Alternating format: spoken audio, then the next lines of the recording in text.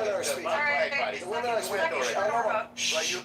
That's mute number 2, the third mute, you go in timeout, okay, El Normo? No, I thought he was done now. El Epstein. No, he's not. It was a misunderstanding, so shut up.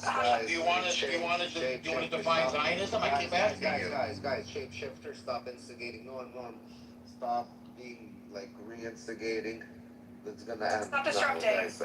Yeah, just Let's finish this question. Go ahead. So Theodore Herzl, you claimed wanted to displace Palestinians. Okay, I don't know that that's true, but if it is, Shape, then I would argue that when Israel was founded, there were many different strains and interpretations of Zionism, some that did include the Palestinians and some that excluded them, right? And the one that won out was the one that was the supremacist one, right? Yes. The strain of Zionism. I'll go get you the but I'd love to read it because I actually hadn't seen those quotes, so. Yeah. So why would one guy's diary somehow indicate anything except for one guy's thoughts? So weird. Except that it's played out into genocide and ethnic cleansing over it. How was it played out? He died before the state of Israel was formed. Right, so the question we're evaluating, Normo, is whether or not it was doomed to evolve into something genocidal and supremacist or not. You said it just like less than 5 minutes ago. Why don't you give us the definition of Zionism, which I asked for in the first place? Isn't that reasonable? I didn't hear you, okay. Yes, you did. You just it depends who you ask. It depends who you ask. I'll answer the question. I'm asking you. I'm going to answer. Great. So there's 2 different common definitions of Zionism. The way you probably, I assume, define it. Don't say anything about me. Just read it from a book or a definition. So, the modern, the classic definition that modern Western Jews use is, Jews' right to exist in their historic homeland or whatever, but many of us Jews, people like me who grew up Zionist, right, with Zionist families and Zionist homes, we were taught about Zionism more as a historical movement that founded the state, and it was this magical, euphoric time in our history, and then it was over, and then the state exists on its own, and it evolved the way it evolved, and has not much to do with Zionism. So I'm what you call a post-Zionist. I think Zionism was a movement that founded the state. Ambivalent on whether it was a good thing or a bad thing, but at this point, we need new ideas, not old ideas. Okay, so how about 2 words, Buttercup? Self-determination. How's that sound? Can I get in the queue? Okay. Yes. Go ahead. Yes. For new ideas. Let Agent jump in. But wait, what about I want to ask Buttercup, how about 2 words? Self-determination. Doesn't everybody deserve that, right? Yes, and the Palestinians also deserve self-determination. I agree that they deserve self-determination. That's why they've been offered a state 7 times. We always not in 20 years. Not in 20 years, though. Well, that's because they've been at war with us for 20 years after they. That's not a reason to stop trying to solve the problem of ruling over. You can't make it's the sound of one hand clapping. You can't make peace if the other side doesn't want to make peace. Go ahead, Rafi. Go ahead, Rafi. It's Rafi has mic. Agent, cool. 1 second. But you're saying we haven't tried, but we tried prior to. What's the definition of insanity, Buttercup? The thing is, it's ruling over millions of people is not a long-term sustainable plan for the Jewish people. Answer the question. What's the definition of insanity? Because it's a rhetorical question. You're going to make me say doing the same thing over and over again? That's actually, I'm so glad you asked that, Rafi. That's actually a great question. This is a point of agreement we have.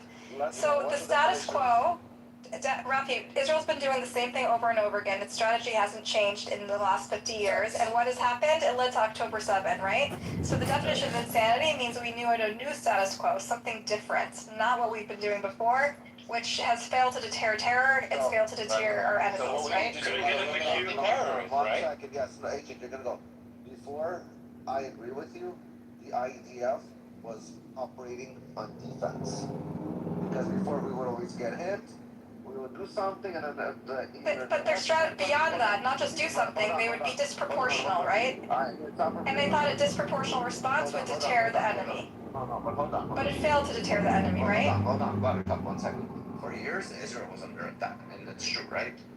We were under attack. Again, a rocket flew in here, a rocket flew in there, but constantly once a month, once a week, a rocket was flying. One time Israel goes in, and some Western country government comes in, says Israel couldn't do it, guys pull back, Israel pulls out. Again, we wait until we get fucking shot a rocket out. And I believe that was insane of Israel. because constantly we were getting hit, we were trying to attack, and then somebody would come and intervene and tell us to pull out. Great, so we have a point of agreement. Hold on. We have a point of agreement now. You agree that this was happening, correct? We agree that the status quo has failed to protect. Well, no, but he's asking you what the status quo was, because the status quo between two people just shaking hands So and then I one think we're punches both the saying the other same thing. is different. No, there's a difference between what he's Let me describing. clarify. This time, Israel went on the offense, not on the defense. No, they didn't. They were responded to October 7th. That's defense. But we're on the offense now. It seems to be working. It's Lebanon is on the look at Israel. They're in Lebanon. That's offense. With the Hamas, how they hit them this time. How they hit Gaza this time. Israel never hit them before like that. It set them backwards. This is offense. This is different. And you see, Hamas is different now. There's Okay, so that's where I disagree. Let me respond. Hold on. There hasn't been a rocket that has flown out of Hamas. Am I allowed to talk or not? Yes. So you said this is different, what they did with Gaza. I would argue that it's not different at all, because in fact, if you've been following Gaza and you were paying attention during cast lead and iron, whatever, all the different incursions into Gaza in the last 20 years, which we've watched closely, in each subsequent war, Hamas would strike, right? They would shoot a rocket, or they'd kidnap a soldier, or they'd kidnap a kid or whatever. And what would happen in response? Israel would respond disproportionately. They'd wipe out like buildings, and 1,000 people would die, right, for one person. Now we have something similar, where they came in and killed that. And the thinking, the logic, the strategy of Israel was having a disproportional response will deter for future attacks. Right, we're over But in that fact, now. what Now we're happened? gonna eliminate the enemy. Stop talking for 2 seconds, or I'm going to move you down. But in fact, what happened is each of these attacks, this disproportional response, not only failed to prevent another attack, but the next attack was worse, and the next response was worse. So this has been like an escalatory system of like 5 or 6 wars in a row that culminated in October 7, that ultimately culminated in the Jewish people committing a genocide, right? That's not The true. children of the Holocaust committing a genocide, what I consider to be a genocide. Trying to get in the So queue listen, for a bit. this is how it ended. What I would say it's a continuation of a previous trend that is not actually continuing the status quo. It's not breaking it. No, before October 7th, we were not in Gaza. Norm. Yes. 1 second, that agent. There were 5 wars in Gaza, Al, before October 7th. But what was the death count of those compared to this one? And we were It not was in a Lebanon. similarly disproportionate. No, There'd be like you know- 3, there'd be like you know 6 what we're dead doing soldiers, now? and there'd be 1,000 dead Palestinians. Now we're eliminating Most the enemy. facilities. That's a different We're eliminating. Would it- Yeah. So if someone came Not the board Lydia, go back to Australia. I'm talking to myself. Sorry, shut the fuck up. Amir, you shut the fuck up too. Is it my turn? Yes, it's your turn. Thank you. Go. Yeah, I wanted to just touch on that. So the question, going back to the question, which was this the genocidal blah, blah, blah inevitable, or was it there was some way to avoid it? It goes back to the one-hand clapping analogy that someone mentioned. That was me, Agent. Yeah, that Norm mentioned. So, yeah, I think there could have been kumbaya for sure. Like if the peoples surrounding Israel, the neighbors of Israel, they have I assume I view them as having agency, both individually and collectively. Now, had they chosen to make peace and freely trade and just be good neighbors and supportive neighbors, even try to maintain the defense of their neighbors, in fact, like make sure there's no rockets being fired from their own territories into Israel, or just straight up taking their armies and attacking Israel various times. It could have been a beautiful relationship between Israel and the regions, and there wouldn't have to be. I'll just take your premise and say there's a genocide. I mean, then there wouldn't have to be a genocide if Israel had never been attacked. There would not be a genocide. I hear what you're saying. I hear your point. What you're ignoring is the fact that there were spoilers on the Israeli side as well. When there were attempts, good faith attempts at peace, there were spoilers within the Palestinians and also among the Israelis, right? It was Israelis that killed Rabin and tried to thwart the Oslo That was deal. one Israeli, not pluralism. But there were actually mobs of them in the streets trying to thwart it, right? They had lynch mobs. Put him in jail. There were lynch mobs. There were. No, this is not. You want to see videos of them? Like the mobs of the Israelis opposing the deal? There was one person who did this. Now, we do have, you know what's different? Now It we have was the incited by Abraham lynch Accord. mobs that filled the streets of No, it Israel. was not. He was a crazy person. They put him in jail. I'll just put a link in the chat to the mobs. Please, with the links in the chat. So In we fact, Netanyahu was involved in those We have mobs. peace with Egypt. We have peace with Jordan. We have peace with Lebanon. We have peace with UAE. We have peace with Bahrain. So this is You deny that there's spoilers on the Israeli side? What's that?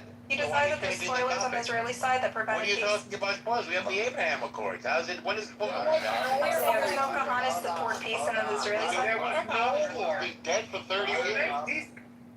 Yo, everybody shut up for 1 second. Everybody shut up for 1 second. Buttercup, do you have Yaakov blocked? I don't think so. Let me check. Well, check, because he can't come in, and I know Glow and Daniel are not blocking him, and so aren't I. You Somebody's would blocking never him. block. You don't make. Hold on. You make peace with your enemies. There was no war with No, we have been. No, we've had. Here, There I'm was gonna no copy with it. What do anybody. you mean by peace? There was no war. Alright, I'm gonna go down for a second. You'll go down for a There was second. no war Yeah. in UAE. Yeah, what after all? And there was no. I don't really want to unblock some of these people. I'll go down. Seriously, Bob. Maybe you don't know the We have peace, cooperation, and security. What are you Don't look talking at about? you. I'm talking about the Abraham Accords. Maybe the news didn't What are you read. talking about? There was no Sure, that's peace, cooperation, and security. In fact, UAE now has mutual defense with Israel, which is but there was no also war. a change. You should all your do enemies things. that you had war with. These things did not Maybe exist you don't before understand the Trump. definition of I guess maybe you don't understand. Buttercup, 1 second. Didn't we have a war with Egypt? Now we have a peace deal. Didn't we have a war with UAE? No, there was Now no we have war a with UAE. Didn't we have a war with Lebanon? Sweetest. Didn't we have a war with Lebanon? Now we have a peace deal. Alright, everyone mute up. So, do you know what we're learning? Like the UAE, there was no Now war. we're learning about peace through strength. Hold on. Buttercup, how do you have Yaakov blocked? Yeah, that's an anti-Semite. That's just weird, bro. He talked a lot of shit about me. It's fine. It doesn't matter. I talked about your politics. If I ever said anything personal, I don't Yeah. remember it, and I apologize, He's the most okay? mild-mannered person on the app. If you I haven't know. I thought we were friends. I was really hurt to hear about that. Okay, well, I apologize, and I don't remember it, but if I did and I offended you, that was not my intention. You're literally the least offensive person on the app. I mean, I can play it if you want me to roll the clip, but No, What are you gonna play now? oh, I'll bet you $4 just you have no such We're report. trying to manufacture an LLC. it's truthful and honest. It's truthful and honest, so, like, I'm gonna give you the benefit of the doubt. I want to give you the benefit of the doubt. He's your people's, unblock him, let's move on. Okay. I have one question. Fuck off the shake. I have one question for Buttercup. If you just block all these people, don't you just create an echo chamber in your room? You want an echo chamber, which is one side of the story. That's what she does. She's in No, the there's some people media. who came after me, Glow, and they put me on a list to prevent me from coming to Israel. And they put me on a list they put my mugshot on a thing called Canary Mission to paint me as some terrorist. I did not do anti-Semitic. But Yaakov participated. Yaakov participated in the doxing that. No, I did not. No, I did not. I will agree. Do you want to okay, we don't have to go over it. We got her! She can't go back to Israel! Oh my god! Politics, Glow, it has to do with being. And Lord will probably have done that. He's in a You're a terrorist, Buttercup. Lord, well, you're You believe in the violent destruction Or can you give me the mod back, Ref? I'll help you babysit. No, but you have the people, you have to. So a I baby don't is... have them all blocked. You're Am I unblocked now, Buttercup? You've destroyed your credibility. Buttercup, hold up. Let's be fair. I don't have anybody who wants me fucking dead blocked. I let everybody come into this room to speak. Even I modded. Hold up, I even modded you, right? You saw my good faith. But you have a bunch of people blocked. Like, are you joking? Preventing others. But they actually came after me in a violent way, though. What violent way? That's You're no actually lie, saying but I don't like echo chambers. Ruffle. I'm here. Nobody's coming in violent. You can't have people blocked. Buttercup. I'm sorry to say. You're preventing other people. Alright, well then I can't be on the stage, I'm sorry. I really enjoyed talking to you, Ralphie. We'll do it again some other time. You're a bad person. We'll talk live with me when it It doesn't matter, you didn't have anything genuine to say anyways. You're a shonda. You're in a Shonda No, I am better. Shame on you. I am You're doing the dance of joy right now. No. You got what you deserve.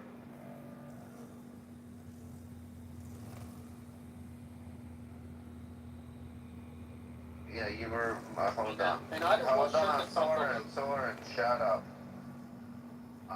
Okay, guys, let's get back to the. Thank you. You can say shut the fuck up, Soren.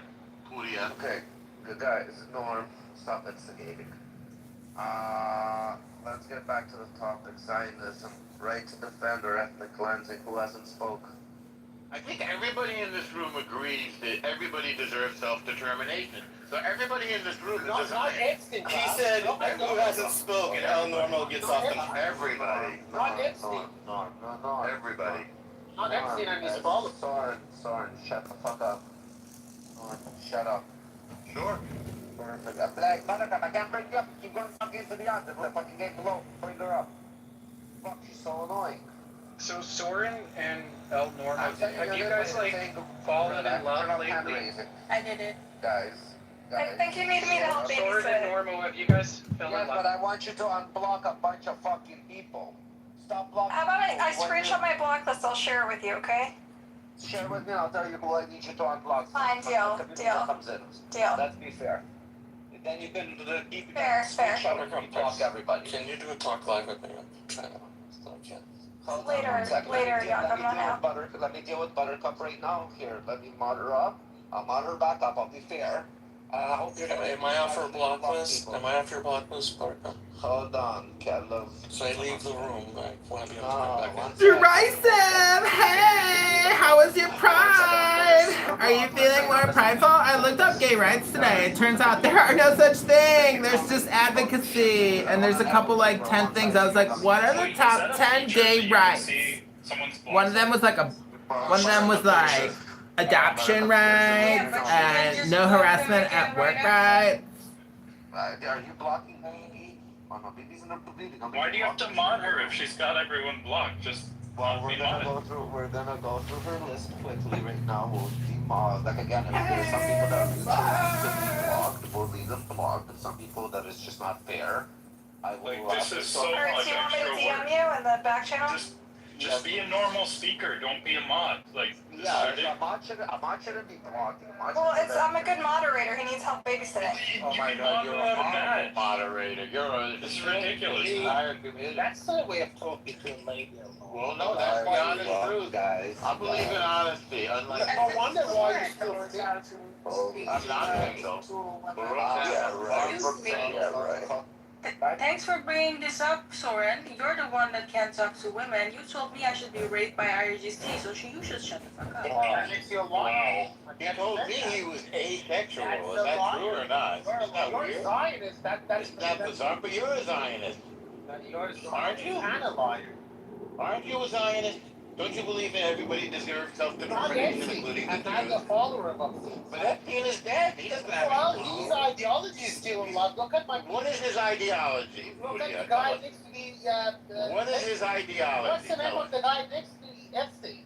You mean in the AI that you created? It's You not have a an weird, AI. He's you your have a friend. weird sexual fascination with me. And That's like sexual. We have you on record. He's a very sexual No, person. no, we have you on record. What do you mean? I don't. No, you don't. You're Alright, a so liar. my block list, Rafi. I said over and over, there's nothing to defend. He's a dead man. How do you defend a dead We man? have you on record. There's no way to You deny don't that. even make sense. Oh, How was can it you possibly normal defend a that you dead man? asked, Danny Listen, for no, me? Buttercup, you want me to back What is them? a waste of There's time? like 3 or 4 people I want you to unblock. Yeah. Text me who and I'll unblock them. Okay. Oh my God, does this have to be all about her and her crazy Are you shenanigans? jealous? No, it's just it's wasting time. I want to watch this game. I want to watch the United States kill Bosnia and Herzegovina in soccer. The same way we're watching Israel and the United States kill the IRGC in real life. No, you're jealous. This is what You we keep keep on on talking. Damn. All you want to do is talk. No, you're jealous. Let's If hear you have from something Dude. intelligent to say, go Well, ahead. you were say it. jealous. You Let's- just. What do you have to I want say to hear that's from intelligent? Happy Well, I Canada say- Day. I don't really have Happy much Canada Day. to say because the foolishness in this room on both sides is doing it. And so I have nothing. And thanks for reading.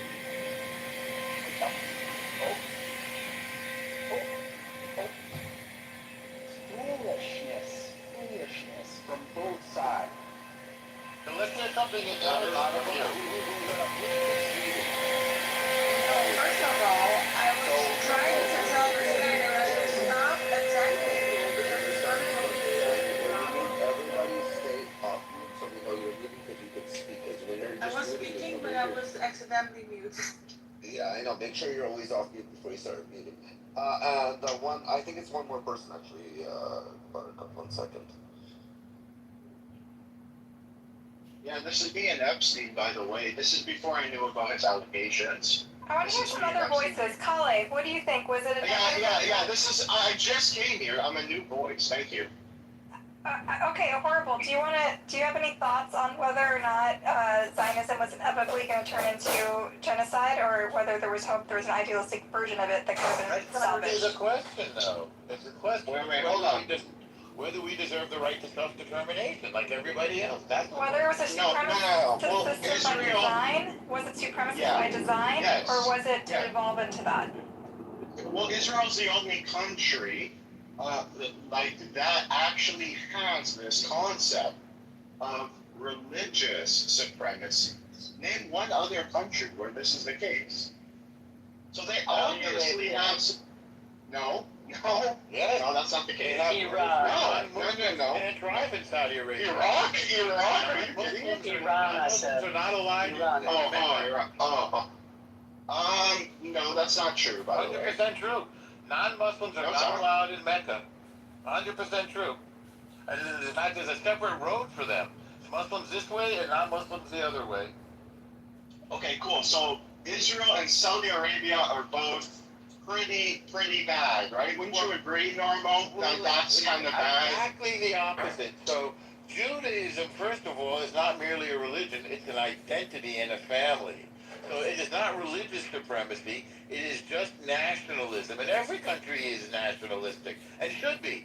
French believe in France.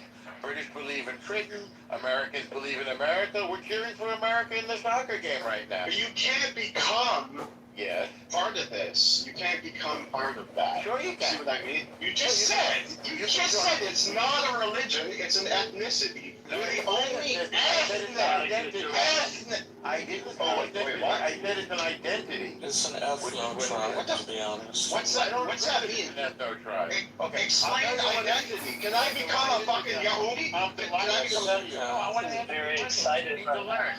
Can we I'll tell break you it down? exactly what it means. We're a family and a nation and a tribe with a land and a language and a set of laws and a calendar. That's what an identity is. Do you understand now, Horrible? Yeah, I do. Okay, good. No, okay, that's cool. Okay, cool. Yeah. Okay, I'm not here to argue. I do think now that since it has happened, Yeah. you guys can for sure have self-defense. Okay? Absolutely.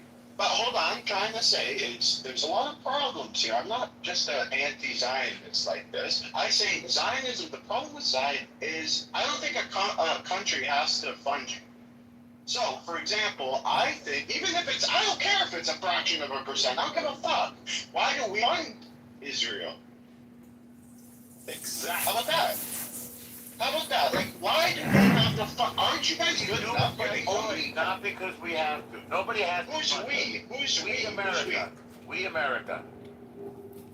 We America. If you polled the average American, do you actually think this would be the case? I don't think we don't. Really? Okay. We make decisions The by talking democracy. point. Israel's moving to a different model. It is Or are you declared almost 2 years I'm a ago. Jew from New What are York. you? I'm a Jew from New York. Hold on. Then what do you have Israel, against Israel? starting about 2 years Well, ago. because every Jew in the world has a place in the land of Israel. By man's law, that's Israeli law. Hang on, I'm answering your question. Hang on. Every Jew has a place in Israel by law. Barking for a very long time.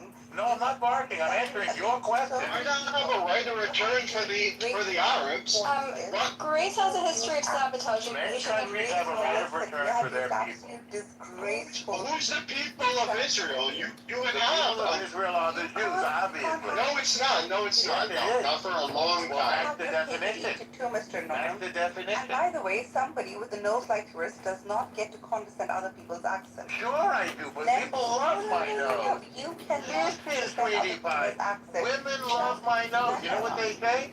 Big nose, big heart. People love my nose, and of course I'm gonna condescend to And a it. very tiny brain. And a very tiny brain, apparently. Of course I'm Very gonna. Well, I tiny. Do we want to have move this in a big more heart. controversial? God gave me that to be big Let's nose move this and along. big Hold heart. on, hold on. You've shown. I also have a big soul, by the way. I'm not listening to you as normal. Then because why you are you have asking me literally questions? for the last half an Don't hour. ask questions if you don't want to hear the This answer. should be renamed as like a normal talking point. That's correct. So what do you want Why to do? not? Let's get back on topic, Yes. guys. I think she does like me. I think she's flirting with me right now. Okay, so if we're in a different room, we're gonna hear from Kalev now, okay? Okay. Kalev, was Zionism doomed to begin with to become a supremacist system, or was there something Yes. realistic and salvageable about it? No. We already heard your opinion, Well, Adorable. that's Thank you not for the sharing. We question. heard you. The question is, do we deserve self-determination like everybody else? And the answer We is heard you yes. also with normal. You've said that 4 times. Now it's Okay, Kalev's turn, and or don't change Egal, the or someone who question. has interesting thoughts about this. I'll come to your question. I want to answer a different one first. I think Zionism is not just the right to defend, it's the right to not be genocided. Why are you yelling at But me? but the right to not be genocided doesn't mean you can't become your worst nightmare. I believe Zionism was not supremacist from the beginning. I still believe there is a version of Jewish self-determination in the land that is inclusive of everybody who was there. We need prophets. We need new dreamers of this stuff. I think that's Can what I I push think back about. a little bit, Kalev? So, like, do you think that for early Zionists, like as idealistic and pure as their intentions may have been, maybe miscalculated, they believed no one was there, right? They miscalculated the I don't extent. think they knew. They saw them as like, Two people were there. They seen the people. not to they thought that they would easily take over the land and these were barbarians and they would welcome their sort of more civilized. I think that's a character rhetoric. Well, they did do No, things it's to, true. there was an organized That was a process, proposal. right? Norm, with your forgiveness, could I just go back and forth for a couple minutes? Absolutely. Thanks a lot. So if you read like Tom Sagan, right?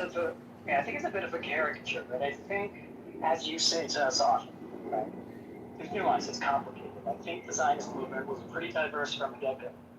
And there were different people that knew different things, that were willing to admit different things, that were willing to say different things in public and in private. They knew there were people there. They were also trying to escape a terrible situation, right? So I I think guess I'm asking Let's if let by that design be. it was supremacist. Stop interrupting you, please. No, it's okay.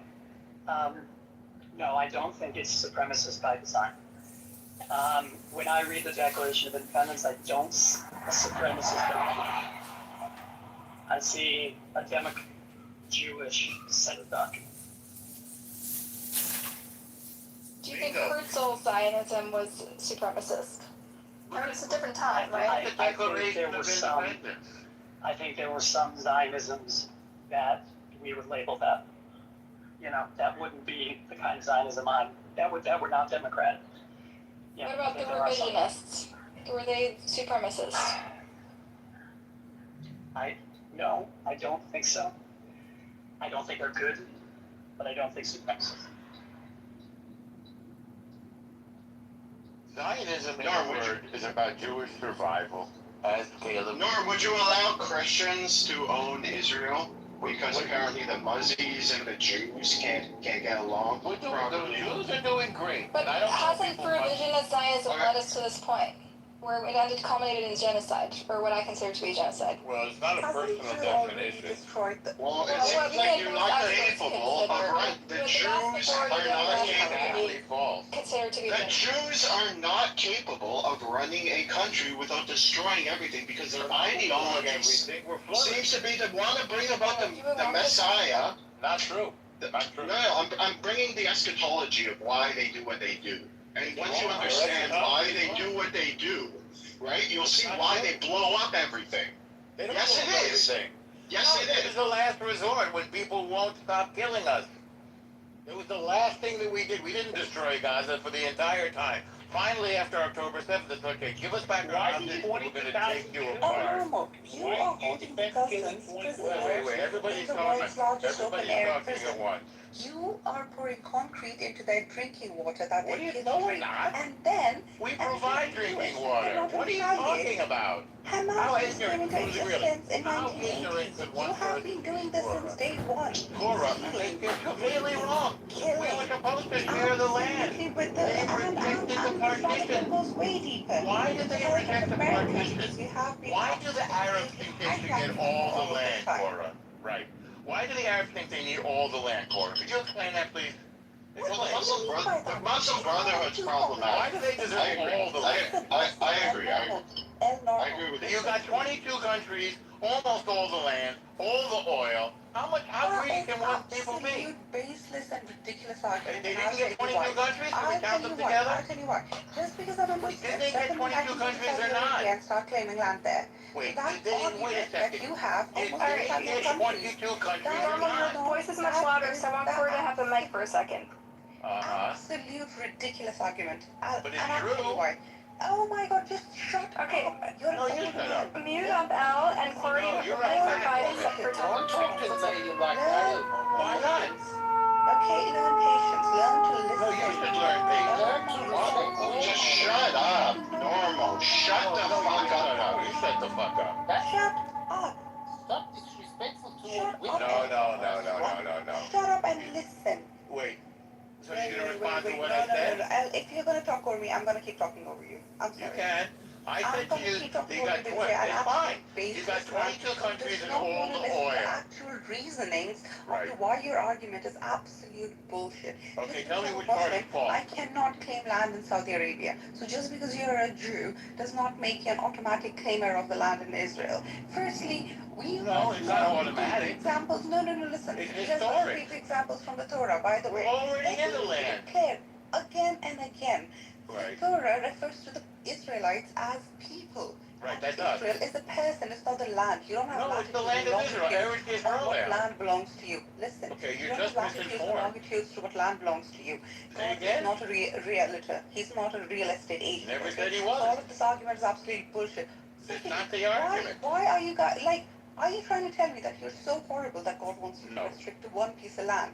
No. Why do you think No, God we're wants telling to you restrict that we in deserve one piece of land? self-determination in our It's a homeland. world that you can be anywhere in. I'm No, not somehow telling you God any of wants that. you to be in Israel. What I'm telling you is that we deserve self-determination in our homeland like everybody else. Prospect Your of whole being life is Islam. Israel.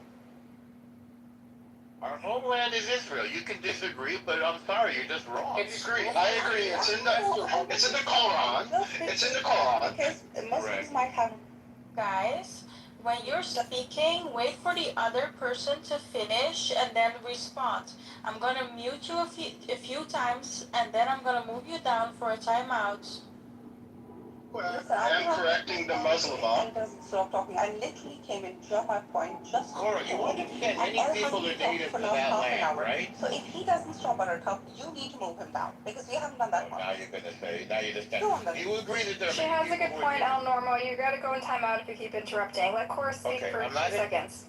Okay, how much longer? How Just long do mute you want up to and give then her? you get to speak, okay? How long do you want her to have? She gets at least 30 seconds. You can set a 30 timer. seconds is fine. Go. Then mute up. Great. Good. My time starts now. So just because Muslims, as you made a ridiculous argument, Muslims have more land, so they shouldn't need Israel. That's a bullshit argument. Just because I have 2 houses doesn't give anybody else the right to just kick me out of my house, saying like, oh, you already have 1 house, give me another one. That is an absolute bullish argument, and it doesn't work anymore. It absolutely doesn't work anymore because these crocodile tears have been seen by the world, and that doesn't stand a ground anymore. Not in international law, not in the eyes of any legitimate organization, not in the eyes of any United Nations, or you name it, you have it, International Court of Justice. It doesn't hold the argument, firstly.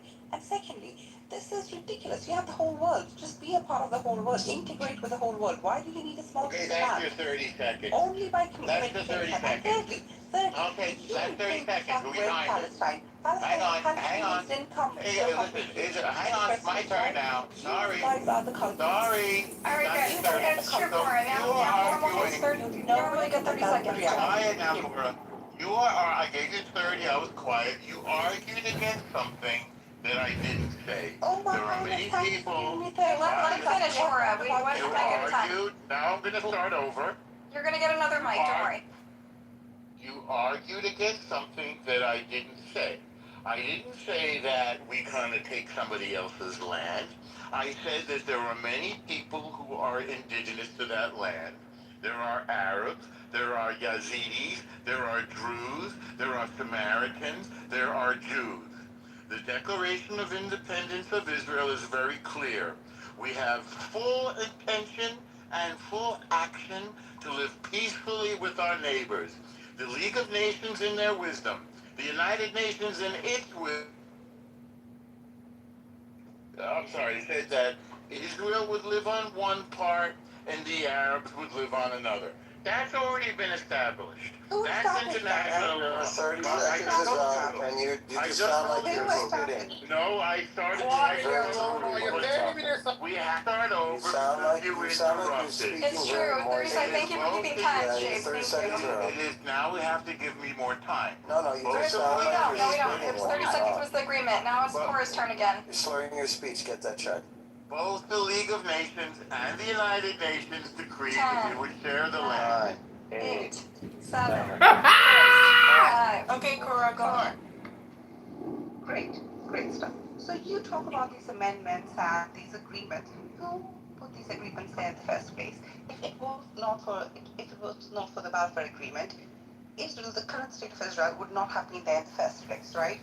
Read about the manifesto plan. Read about Wrong. It's the United Nations. You got a new 30 Hey, seconds. New we're 30 doing a seconds. minute now. A minute. If you interrupt again, she gets a full minute, okay? I'll take a minute as well. El, you have some issue. I No don't issue. think your wife listens to you. If you interrupt again, it's gonna be 2 minutes, okay? Get it out on other people. No, not true. All right, Cora, go. If he interrupts you again, you get 2 minutes. Now it's 1 minute. Right. So all of these agreements for you, like we have Abrahamic Accord, we have this and that. In the eyes of the nation, you don't know how the global East sees you, right? It is complete bullying because you have the power of America behind you. We are not even going to get into the rabbit hole of how you got this power of America to basically back you up in all the wrongs that you're doing towards so many countries, towards what you've done to Jordan, towards what you've done to Lebanon, towards what you've done to Palestine in the very first place. This all started with you. Palestine opened up their arms to you, and then you kicked them out of their own homes. The Nakba happened. So many atrocities over so many years. You're forcing their children to have waters that are contaminated. You're forcing them into an open-air prison. No food, no water, no right to exist as a first-class citizen, all second-class citizen rights, and even less. And then you question why they put up with the resistance. You have the right, you have the audacity to question them. There are so many accounts openly where you have zip-tied babies. Zip-tied babies. Why do you need to do that if you're just That's trying to the minute. Hamas? That's the minute. Okay, that's the minute. So again, you are arguing all sorts of anti-Semitic myths. We're not zip tying babies. We're not poisoning anybody's water. We have peace with Lebanon. Oh my We have God. peace with Jordan. We have, these are written arrangements. Yeah, Written peace of treaties. Lebanon, you want peace of Jordan, you want that peace. No, we It's have not PEACE. peace. This is the English language. We have peace.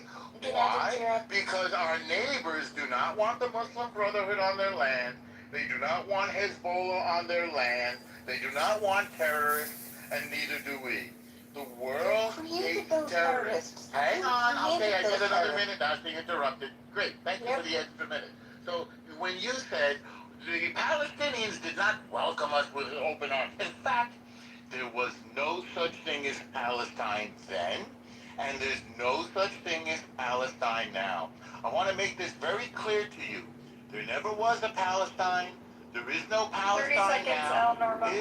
Thank you. Well, you gave me a minute because she interrupted. If you want to create a Palestine, Israel is open to it, but you will have to live peacefully with your neighbors. If you want to resist, we're going to resist right back.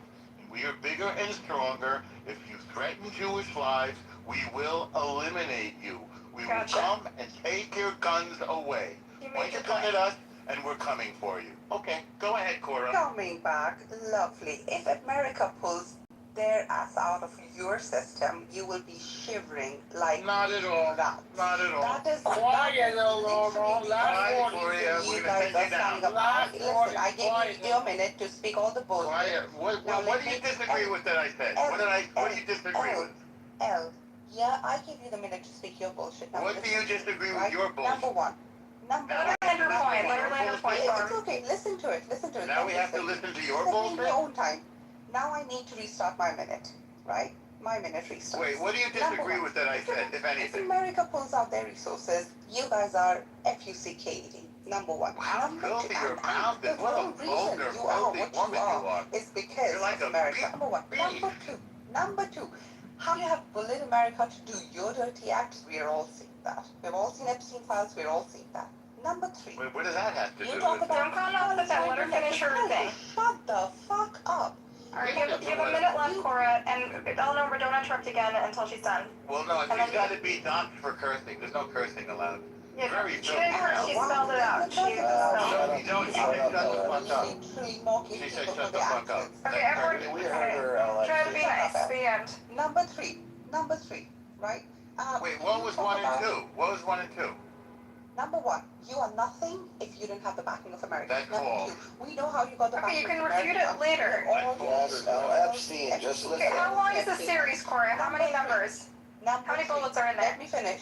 But No, just give us an idea so he knows how to set up the I don't know. response. I think we'll think about it once my minute finishes. Like 5, 10? Oh my God, you got honestly just. I'm trying to organize the conversation so that we can. Okay, let me get to number three before I actually forget about it. Go. Number three, you said there was no Palestine before whatever, before Israel came into being. Ever. Never No, was then gonna and not happen. This is now. absolute bullshit. I can send you information. I have a map of Palestine from 1526.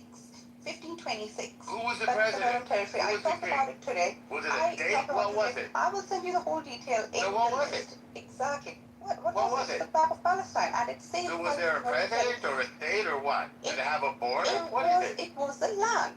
Oh, it's a land like Israel. It's Okay. a piece of land. No, So, Israel okay, didn't. it's a piece Israel, of land. Oh my So there's God. no Palestinians. Israel didn't exist. Israel. There's Well, no, no the mention Jews of Israel. existed, Before and Israel is our 1947, homeland. there's no such thing as Israel apart But from. apparently it exists, Israel. right? Isn't that Apart what you're from the upset about? Stop interrupting. Are you gonna keep talking over me? Okay, I'm back. Well, Before 1947, there was no I'm mention back of Israel now. anywhere apart from the prophet. Well, that's not However, true. Palestine. That's not true. It's in your Othello, Holy Quran. Shakespeare in You Othello. should read your book. It's in your book. That is It's in your Holy Quran. God gave them. No, it says God gave them the land of Abraham. You haven't read. Yeah.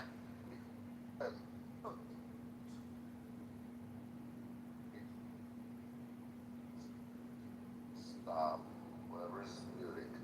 He just Guys, proved my point. He's basically talking out of his ass. My Wait, who was muting? It wasn't me. I didn't mute. Was it Glow? What a Did I filthy forget to unmute again? Okay, Yeah. okay, hold on. What a rat. I'm muting everybody. guys are behaving like children and treat you like fucking children.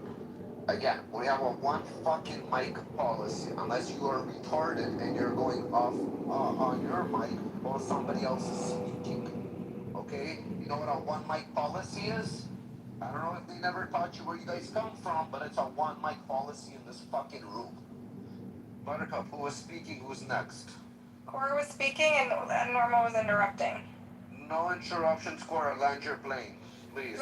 I've been listening because I've been hearing shit. We did a new rule that worked really well, Rafi, which is she gets a minute, and if El Normal interrupts, then she gets 2 minutes, and if then he gets a minute, and if she interrupts, then she gets 2 we minutes. didn't agree to that. I didn't agree to that. Well, Rafi and I are the Norma, I'm gonna give it to Buttercup because you used that for yourself. You added yourself an extra minute. I did hear it again.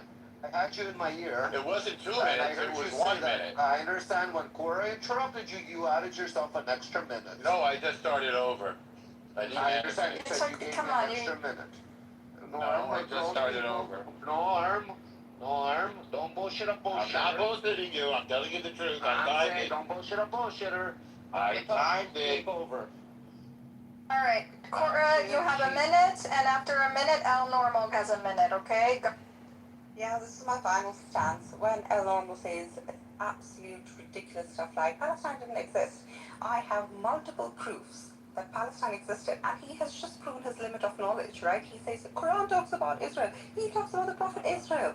Prophet Israel. It was a person. It was not your latitude, longitudinal land governed by what's his name, Netanyahu.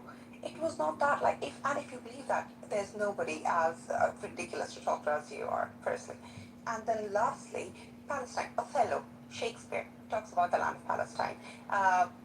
What's his face? The famous child author, his name will come to me, talks about Palestine way before Israel's even absolute mention came into being, right? And then I have physical maps, and I will send you all the details of that maps from 1526, with the whole map from the river, you guessed it, to the sea, a land of Palestine. And inshallah, one day we'll be free. You can say whatever you want. My literal argument is... Okay, Norma, do you want to respond to that? Of course. So... You have 1 minute. Yeah. So, there is no such thing as Palestine. There was a land. There was never a state. Before it was the land of Israel, it was owned by the Ottoman Turks for 600 years. There was no Palestine. There was no Palestinian. There was no king. There was no president. There was no ruler. There was no state. There was no current. There was no economy. There was no Palestine. The Ottoman Turks were defeated in World War I.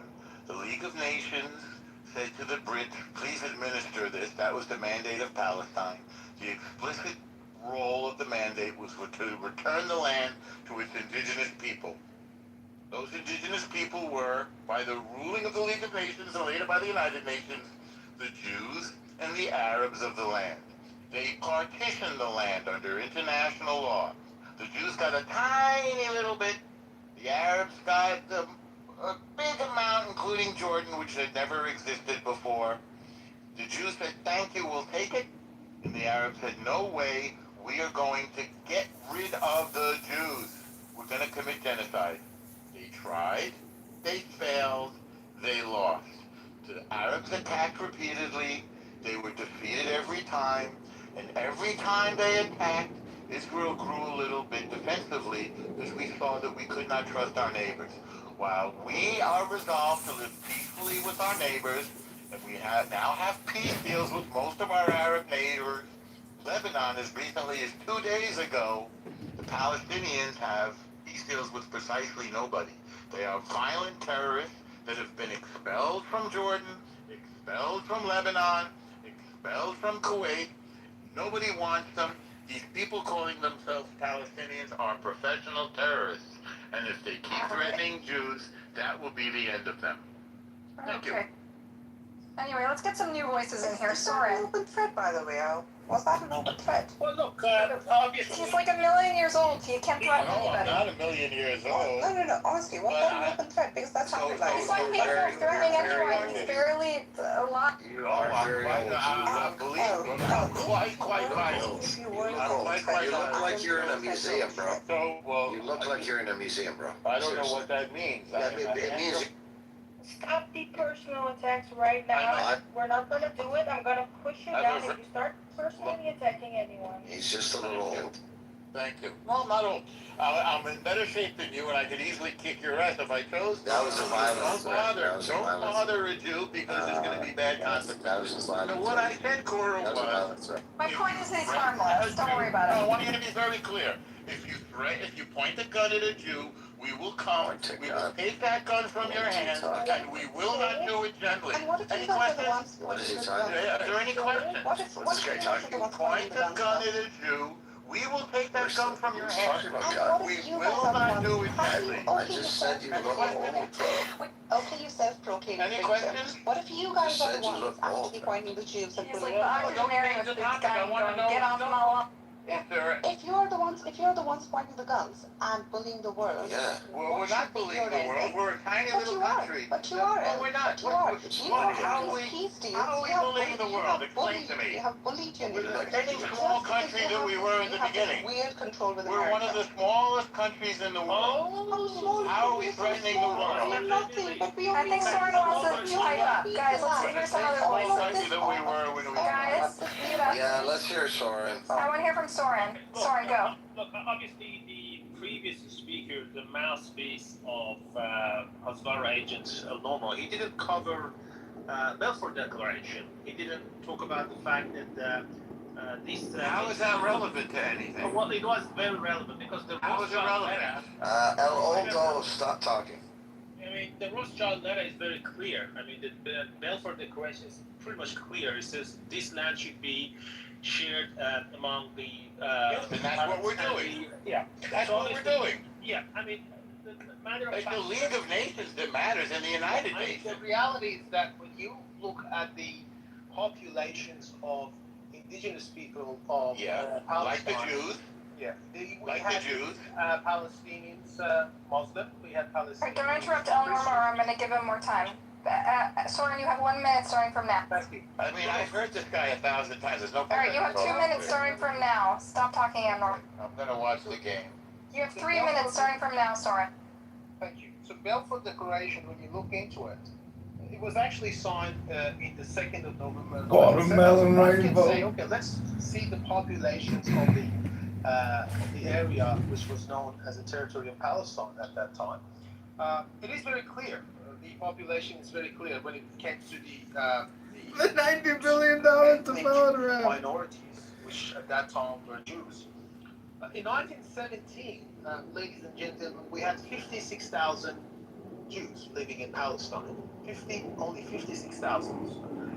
And then, if we move forward to the 1947, 1948, when these settlement colonial projects happened, 660,000 Jews. The question you might ask is this: how did the population grow from 56,000 from 1917 all the way to 1947, 1948?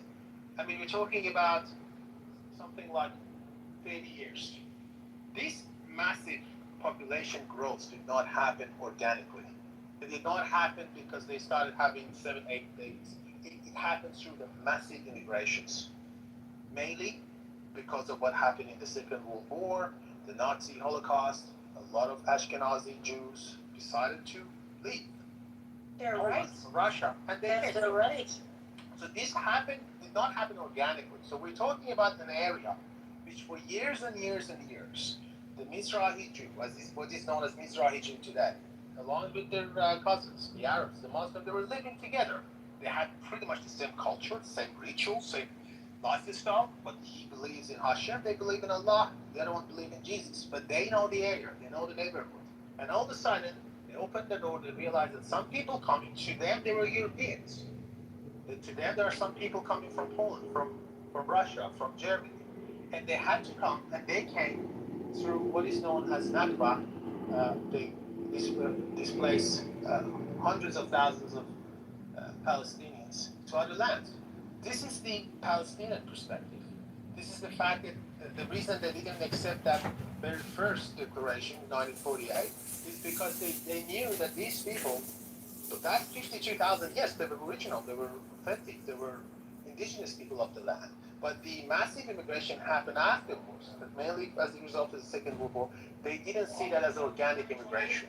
They see them as invaders. So you might make this argument that 3,000 years ago their grandfather passed by Jerusalem. You can make that argument. But the matter of fact, people at that time, they knew these people are not from there. They knew the Yaakov from Jerusalem, one of those 50,000, but they didn't know the other one from Poland. They said these people, they didn't even speak the language. They didn't speak the language that the Mizrahi Jews were speaking at that time. They saw them with a different culture, with different food, and that's why they didn't accept. They said, okay, you are 10% of the population, you can have 10% of the land, but not 50%. That's the way that I think the way I look at it. But again, you can make this argument that the Jews passed by that 3,000 years ago. Self-determination means that even self-determination of Jews living in Poland, you can make this argument, but people are going to laugh at it. Okay, thanks for explaining, Soren. That's very good information. I would like to add that if it were me, I mean, if I would look at myself, and I would be 3-4 generations into living in another country, but my people are still living there in Iran, I would make the case that I have every single right to move there back again, especially after the Second World War. So if that makes me an Iranian Zionist, then I am an Iranian Zionist. Can I ask a question to Soren? Go for it. So I understood that you just explained the Palestinian perspective and also just like kind of glossed over the Jewish perspective. But why is the Palestinians' history more relevant than our history? Can I answer that, Soren? Go for it. Thank you. That's a very good question, right? And the answer is very simple. The relevance depends on what are the actual turn of events. When people say like Palestinians didn't make a deal because they didn't want peace, that's absolutely ridiculous. I'll tell you why. If this is my house and somebody from the outside comes and says like, oh, this land belonged to someone else like thousands of years ago, so please give me 10% of your land. For them it might be a good deal, but for me it's still a bad deal because I'm losing my house on the pretext of what? Nothing. Well, That's why when that's why when I say like this is my house, I need to protect it, that right now in this narrative is relevant. But if somebody else is coming in saying that, but I only asked for 10%, just give me the 10%, that does not stand any relevance. As I said, like I am a Kashmiri, right? And my ancestry is from Iran.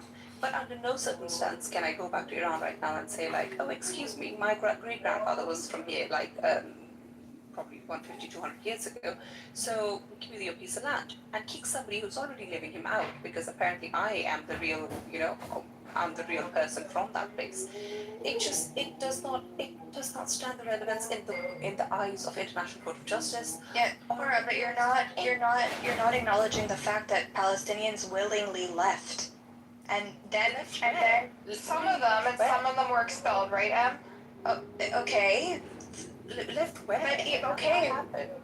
Okay, so in 48, some of them left because of fear, right, of the war. No, because they were told that there's actually no evidence of that. They did research.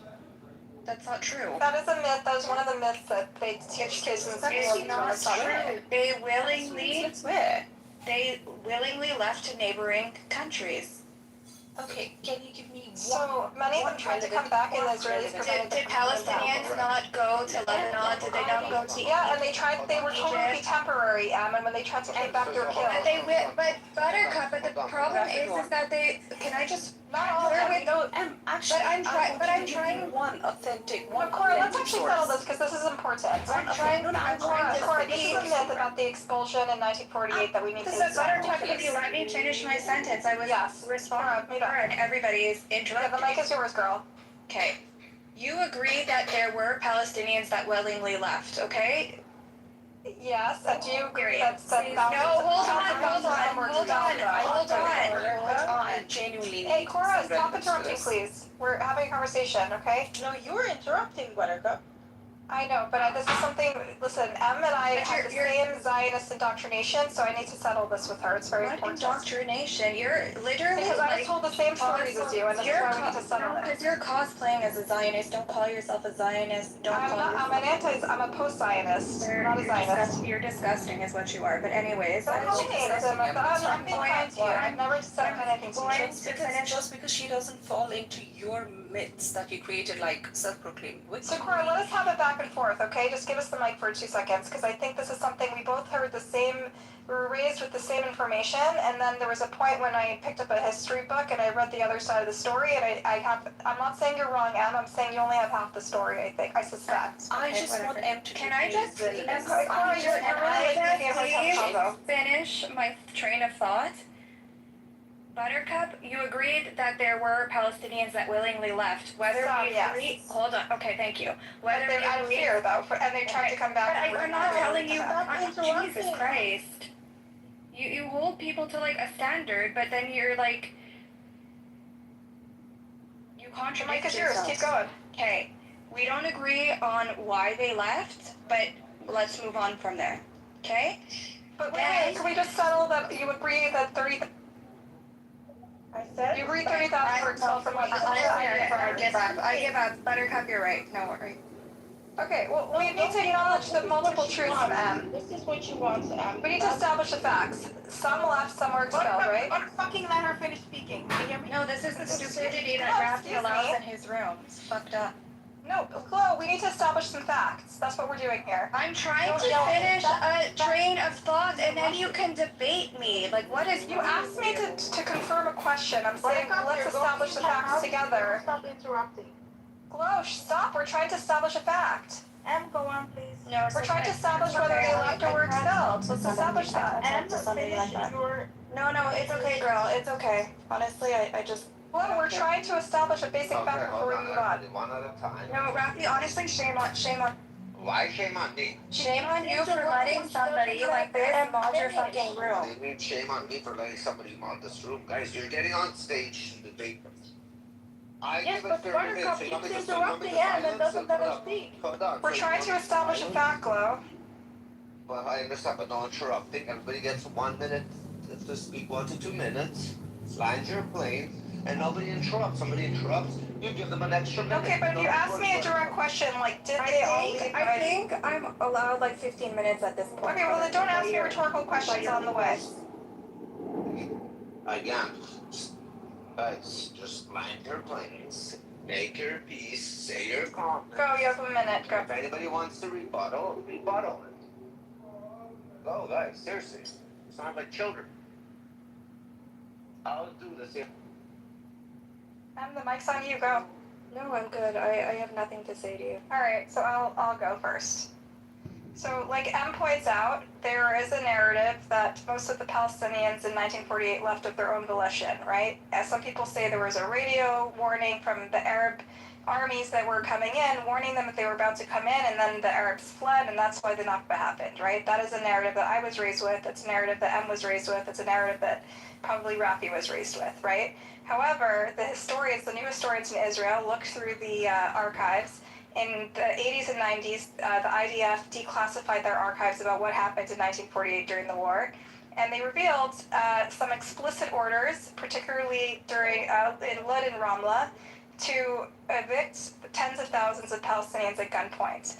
And initially, the plan was only to come in to towns and villages that were hostile to the Israelis, because there were some towns and villages in 1948 that were not hostile to the Israelis, and they were supposed to spare them, but that's not what happened. They ended up being indiscriminate and running through many villages and expelling the citizens of many villages that in fact were friendly or sympathetic to the Israelis. And so in the 1990s and 80s, when they declassified this information, Benny Morris and Avi Schling and all these new historians in Israel kind of reset the record. It's not that you and I were lied to, it's that they only told us half the story. They only told us about the people that were judged, and they didn't tell us about the people that were expelled. I need you to tell me that I was lied to. You were not lied to. You were told half the story. No, I wasn't. Right now, you can have the mic here. No. Okay, so as I was saying, the other half of the story is that tens of thousands of people were expelled from living Rambla, and that was in the IDF records that became declassified in the 90s that kind of reset the narrative, right? But, you know, I don't know how old you are, Em, but I was born a little bit before those things became part of the narrative, so I was told, like you, kind of a sugar-coated version of what happened in 1948. I would love to hear what you think about 1948 and how it unfolded. But I think the consensus today is that many of them left of their, were forced out at that point. Some of them fled in fear because there were massacres. The IDF soldiers came in and massacred people at very brutal rates, and there are many, many IDF records and accounts that document that. And some of them did, in fact, leave of their own volition. So yes, there was a combination of the three. The fact is, what I pointed out, and so he said something, she was absolutely That's not true, because you spoke over me. You spoke over me, and I would have finished my point, and you could have said, "Can you provide sources?" I would have provided the sources for you. But I'm not going to fight. I'm not going to fight two people at talking over me, and not even letting me finish the sentence. So we're going to give you the mic for a minute. No, I'm not. I'm not talking to you because you guys don't. I want to hear your opinion. No, I want to hear what you have to say. I'm actually curious. Listen, how do you guys expect her to even say anything when every time she wants to talk, you talk over her and she loses her train of thought? Why would she even engage with you when you can't have a civil conversation and you want to be a dictator all the time? Stop interrupting her. It's because she doesn't want to speak, Lo. She literally said that. She doesn't want to. We're begging her to speak, Lo. She won't speak. She's not going to speak to you. You have to. All right, Cora, you and I are going to shut up and we're going to give her a minute to speak on her own. We're not going to talk, okay? How can it be? Are you civilized? Yes, Lo, stop calling us names. Okay, Cora, we're going to be quiet and we're going to just leave silence in the room until Em's ready to talk. I don't even think she wants to talk to you guys anymore. Yeah, no fucking shit, Glow. I can talk. You can literally just ChatGPT why Palestinians left willingly. Well, I can see In 1948. This is something that. Sorry? No, I'm just saying, you know what, it's not even worth my research to talk to you guys. Why is that? Why would that such a cop out? No, don't downplay Palestinian pains. Don't say it's not worth my time. It's not worth my time because talking to you is not worth my time. Downplaying people. Talking to you is not worth my time. Unlike you, we have suffered. Unlike you, we have suffered. Who's we? Are you Palestinian? No, you're not. Okay. Kapora, I'm just curious. Like, you can ask, or not Kapora, excuse me. If you look at, you can just do ChatGPT, whatever you want. Just ask it why did the majority of Christians leave Palestine? These aren't the rabid Muslims. These aren't the terrorists, the jihadists. Ask why did they leave? What were the conditions that made them leave? Pepe, I'm not talking about Christians, and I don't care. I really don't. But the Christian Palestinians, they are Palestinian. But they were mostly a minority, and that's a separate conversation than what I think I jumped in on. The whole 1948 conversation and how, like, the whole Zionist narrative, like, we were only told half the truth. Okay, fine, whatever. But if you want to say that all of our history is BS, or that we only got half the truth, is there really nothing of the Palestinian narrative that's maybe they got half the truth? Maybe not everything that they were told growing up, or that they were told from their family members is also true? Do you think that's also a possibility? Or who are you asking? Who are you talking I'm asking generally, but I came in here when Buttercup was talking about 1948, Benny Morris, new historians, and Cora, I think you're Palestinian, right? Is there a possibility, maybe? She's not Palestinian. I'm not Palestinian. Okay, whatever. Well, you seem to be catering to their side for whatever. It's because we have a very similar story from where I come. Right. We are a Christian as well. Yeah. What's your background? Sorry.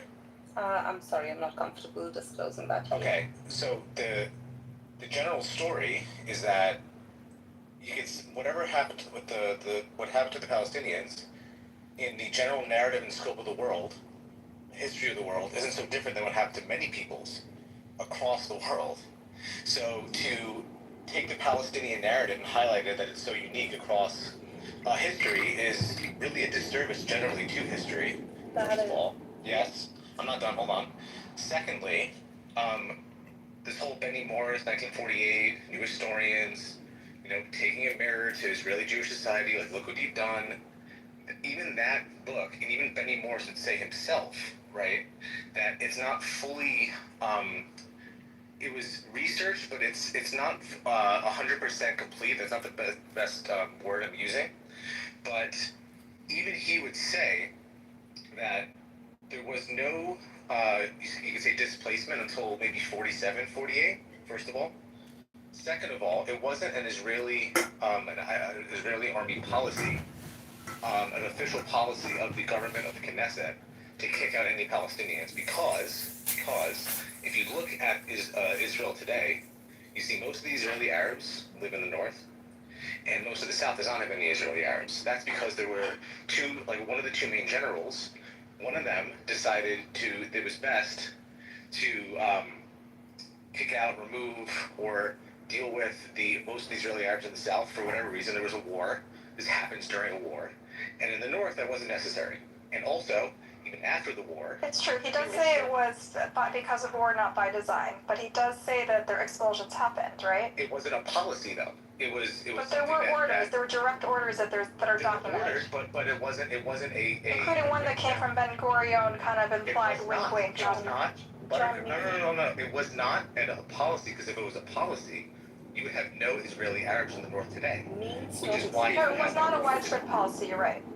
You're right. It was not a widespread policy, but some generals saw that it needed to happen, and some didn't. Even after the war ended,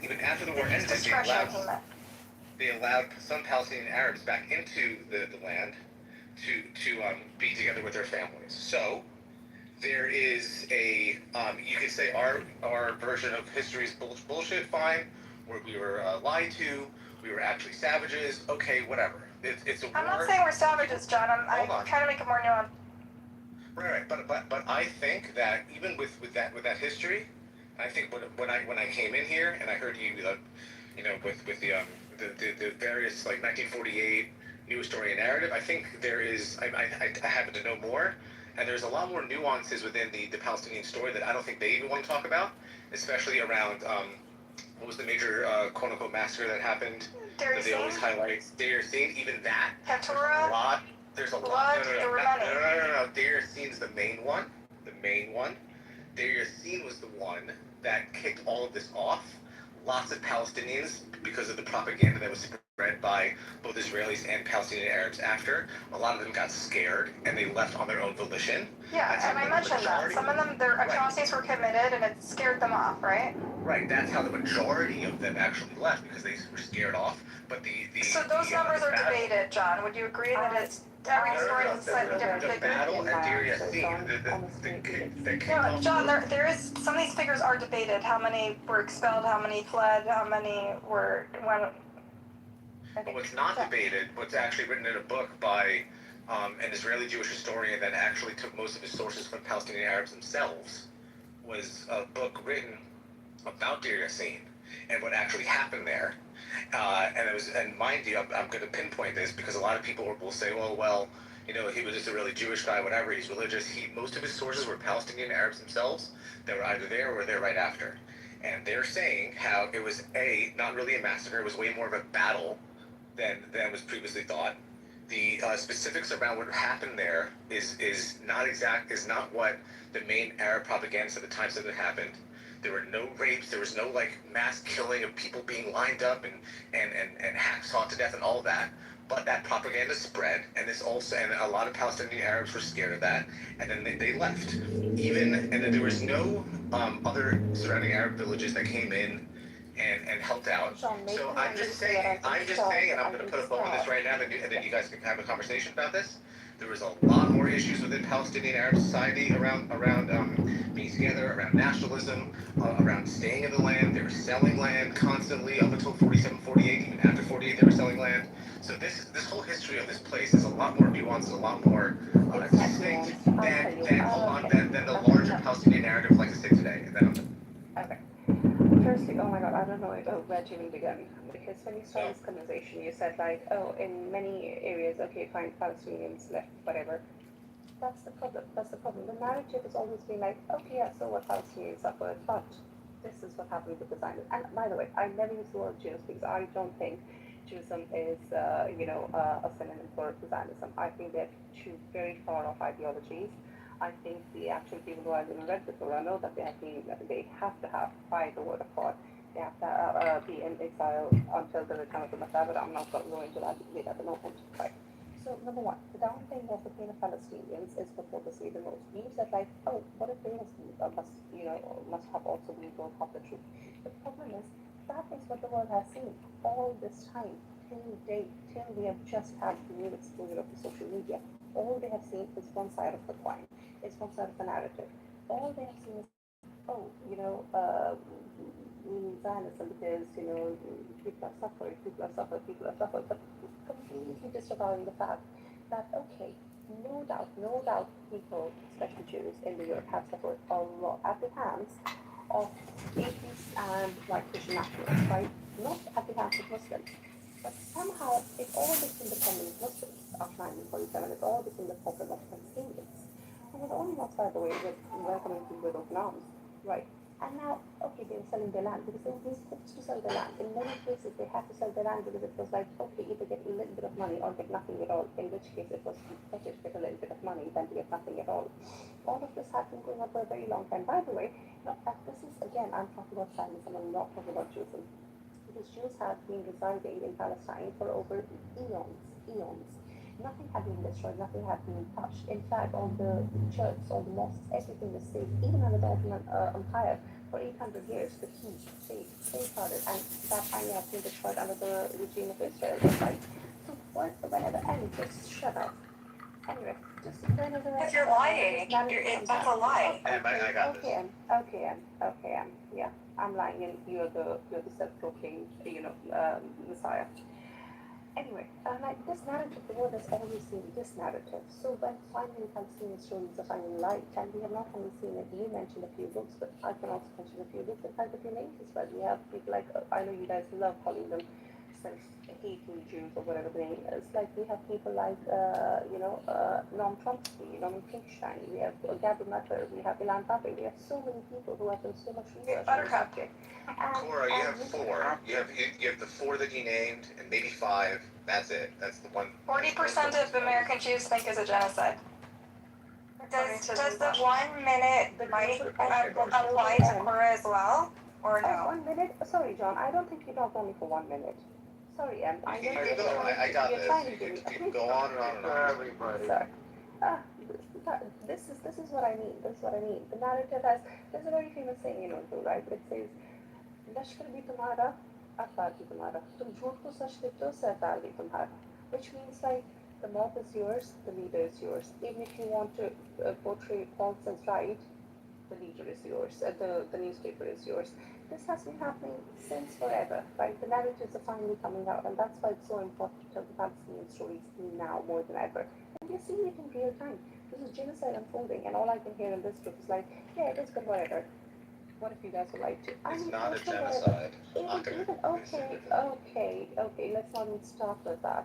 Okay. I just want to claim that because no, John, that rhetoric John, gets people you've had your here time. hurt. John, you've had your time. It's my time to speak, right? The sarcastic terrorism argument where you can't be critical of Israel or Jews is just because people do bad things. You can say that about any group, and it's not. Pepe, you play both sides of the fence. Shut up. I feel like that non-normal guy did the same thing. He was like very clear words from his mouth. Palestine, bad, me, good. That's not not how world works, and that's not an actual argument, right? In order to actually say that, okay, this is what happened, you need to give some weighing evidence. You need to support it with weighing evidence.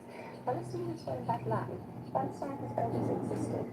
Israel, on the other hand, has never existed. And when you name the word Israel, even that was a prophet, that was all it was a land.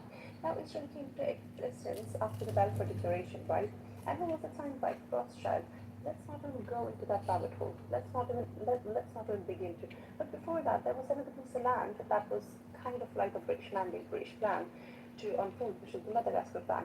But okay, finally, because it was a good area strategically to place your allies in, to place the army in, very convenient for people like, you know what, let me take This is all bullshit. Palestine didn't exist any more than Israel did. Like, this is so fucking retarded. Hold on, Cora. What's the main gist of it? You're going all over the place. I will give you so many proofs that Palestine has always existed. I don't care. It's fine. If I go to the country of Palestine, because the Cora, are you like have a monologue going or what? Cora, You have a monologue going. It's been 15 minutes. It's been 15 minutes. It's not even comparable. No, it hasn't been 15 minutes. Cora, I never said. Because I'm not on your side. I'm not speaking on your side. I never said. I'm sorry, honey, the world doesn't revolve around you. It's not your narrative or nobody's narrative. Too long monologues, because when you bring up a bunch of different points, you don't allow people to respond to your point. Okay, try to keep it at one point so they can respond to your point and then move on. If you just go and this and that and this and that, how are they gonna respond to it? I'm not how it flows. This moderation only comes out when I'm speaking anyway. You were speaking for a very long time. John had been speaking for a long time. You are just galloping, which is where you just keep on going point after point after point, and then nobody can address any single point, and then it becomes like a wordless conversation. I think that was my conversation to John as well. He mentioned a lot of points, and I said the same thing. I was like, he mentioned point after point after point. I don't know which one to answer first and in what order. So this does happen when people are going on a tangent. Deal with it. You didn't say anything when he was talking, and that's because I can tell that why that is very frustrating. I know why that is. I did. I was caught. There's Zionists on here that have a problem with what I'm saying too. So with all due respect. Let me wrap this up with a bow after you're done, Cora. I'll let you finish, obviously. Are you done? Well, honestly, I've been interrupted so many times. I gave you the respect to talk uninterruptedly, but I've not been met with the same, respect. So, yeah, you go on. You can stop. I'm sorry that it happened. To be honest with you, it was a little hard to, and I get it, tensions are high, blood pressure's high, whatever, but you were kind of going in and out, but I will try and wrap up the sort of debate here. And if we want to, I don't care what existed before, existed after, and so on and so forth. The way that the world was going back then, and that the way that the things happen, bad things happen to good people. Good things happen to bad people, and you get over it. Hold on. No, don't do that. Don't do what? Don't patronize the pain of Palestinians. I'm not patronizing. I'm being. Excuse me, Cora. I'm not patronizing the pain of Palestinians. I know people. You don't know me. You don't know where I've been. You don't know where I'm from. Just let me finish what I'm trying to say. I'm trying to say that when something bad happens to you, you move the fuck on with your life. Everybody on this stage, there's Russian. That's the oldest argument that anybody from the Zionist end can produce is like, this was probably just 3,000 years ago. Hold on, that's a TikTok bullshit thing. 3,000 years ago are gone. Listen to me, that is a TikTok. Everyone that's on this stage that grew up in a Jewish household, you could say a Jewish Zionist household, whatever, that went to your standard Western American Jewish institutions, we're not walking around saying this was promised to us 3,000 years ago, blah, blah, blah. That's some Arab anti-Zionist TikTok bullshit. We don't go around. Hold on. We don't go around. Listen to me. We don't go around saying. We don't go around saying that. I am really Jewish. Everyone here that knows me in this room on the stage has heard me speak for years about this stuff. Like, I know my shit. Okay. And we Jews in America that come from. You because like Russian backgrounds, fucking South African backgrounds, Eastern European backgrounds. We've all had very like bad shit done to us in our families, but you know what? We move on. We've all lost houses. Hold on. No. Everybody does, John. I will tell you why. I will tell you why the Palestinians have not moved on. And I will show you that right now. John,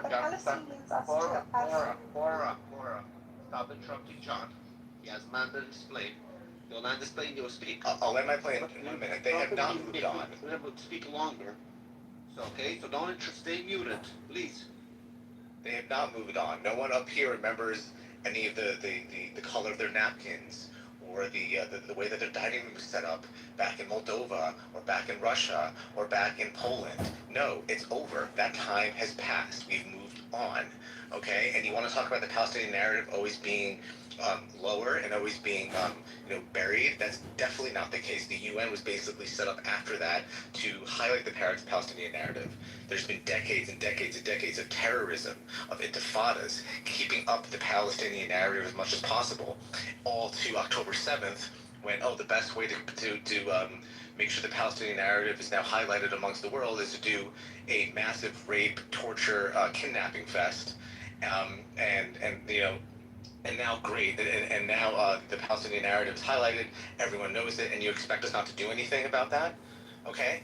So if you want to talk about like all of this, that they've been oppressed, hold on, that they've been oppressed, in the end, we could ping pong back and forth about the country was this, is Israel, Exactly. hold on, we could do that, we could go back, all right, the country was Israel first, then Palestine, then the Arabs and the Jews came, and blah, blah, blah. What it comes down to is that a bunch of 19, 20, and 21-year-olds, right, and 30-year-olds on drugs in Gaza decided to rape, torture, kidnap, and kill us, right, and hold us hostage and kidnap us under tunnels and starve us for over a year. Because their great-grandfather lost a house during a war that they started, and now they're upset today. How about you get the fuck over it, and we move on, and we make peace, so we can actually make some money, fall in love with each other, and have a real fucking society. How about that? It's very easy to say that when you come from a place where you have actually looted, taken all the resources, and just basically planted your flag illegally, just because the people who were receiving you were nice to you.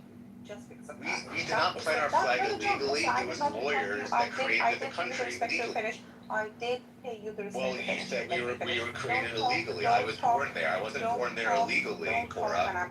No, fuck you. I wasn't born there illegally.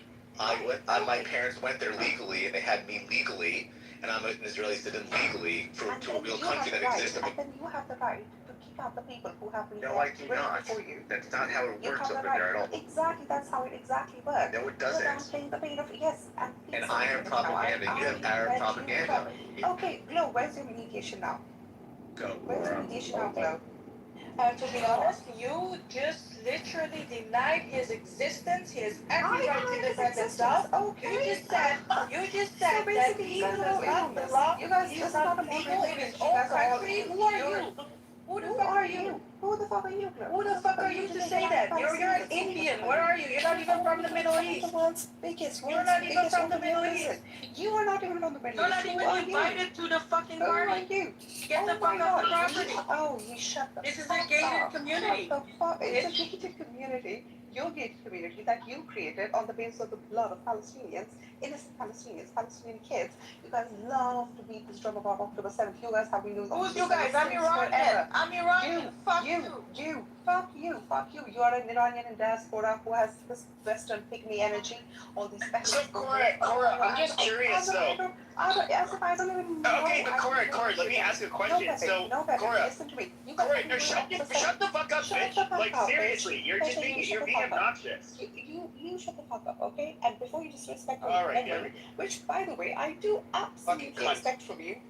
Oh, shut the fuck up, you asshole. Right? Wait, Cora, you're Pakistani or Indian? How was your country created? Curious. Oh, when was I'm it not created? Pakistani, I'm not Indian, I'm not either. So, there you go. She just conveniently won't tell people where you're Are you being Somehow people are going to look for Of course her. I won't, Pepe, because I absolutely do not want to give up my information for the likes of you people. I don't care. I'm just saying. Okay, if you say that you're Syrian or Pakistani, nobody's gonna fucking be able to figure out who you are. It's so retarded. Every single day it has happened. Every single day it has happened in Palestine. Every single day on October 7th happened. Every day on October 7th. Every day. Every single day. Right? So, because it's absolutely bonkers. Shut the fuck up, Flo. Your mom is just shut the fuck She's up. projecting to take me energy, but it's her. Oh my god, you guys are Day so October bootlickers for 7 each other. happened. You're Such crazy. bootlickers for each other. You are crazy. No, I am crazy. I'm crazy. Yes, keep Palestinians in the world's biggest open-air prison. World's biggest open-air prison.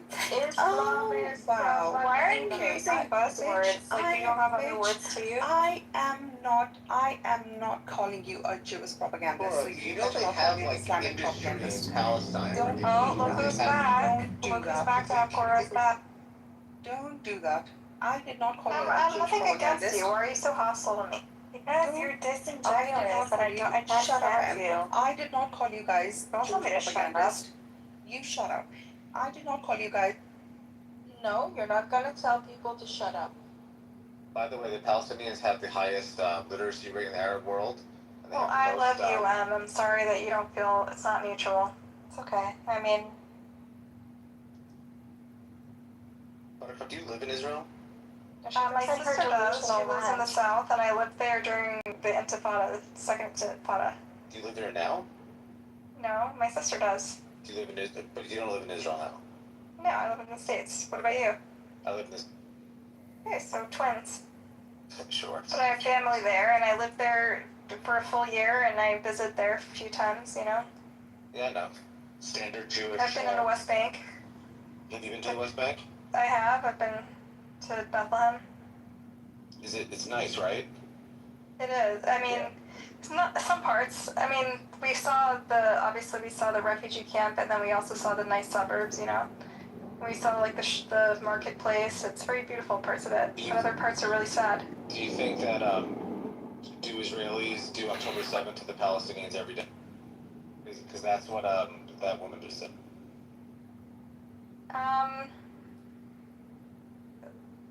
There is violence in the occupation, by definition. Wouldn't you agree?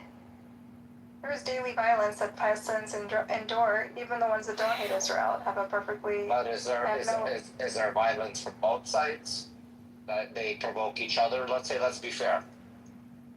By shooting rockets at Israel. So my friends who grew up in. Okay, let me answer. Let me think about that. Is there violence from both sides on a day-to-day basis? My friends who grew up in the West Bank and had to deal with the checkpoints, they experienced violence in a systemic way on a daily basis. Okay, yes, the Israelis also experience violence intermittently, right?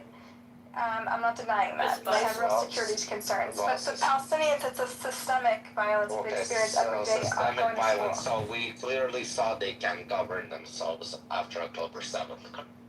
We're talking about the West Bank, which is different than Gaza, Rafi. You have to be able to distinguish between Hamas and Fatah, right? One of them rejects violence as part of their. What do you mean? We've been talking about Palestine up until now. No, Rafi said October 7, which was done by by Hamas in Gaza, not by the Palestinians in the West Bank, and he's conflating the two. No, I said. Do you think the Palestinians need to do anything to like give up something, or like what agency do they have to make peace, or is it all on Israel to do everything possible? So John, I don't know if you know me very well, but me and my friend Jimmy from the West Bank, we vehemently criticize Hamas. Hamas is responsible for provoking the most right-wing Israeli government in history into what I consider to be genocide, right? Israel is also fully culpable for the way it chose to respond, right?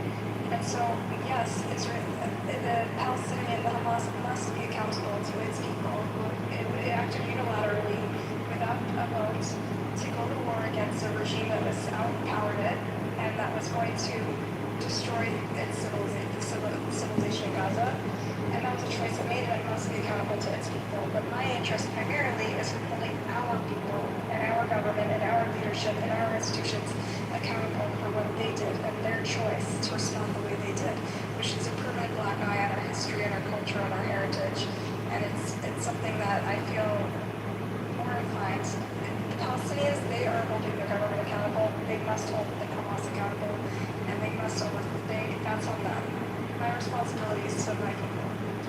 Your thing is, correct me if I'm wrong, you want Israeli Jewish society and people who are Jewish To reckon with what they've done, yes. So just so that goes down to A real reckoning, yes.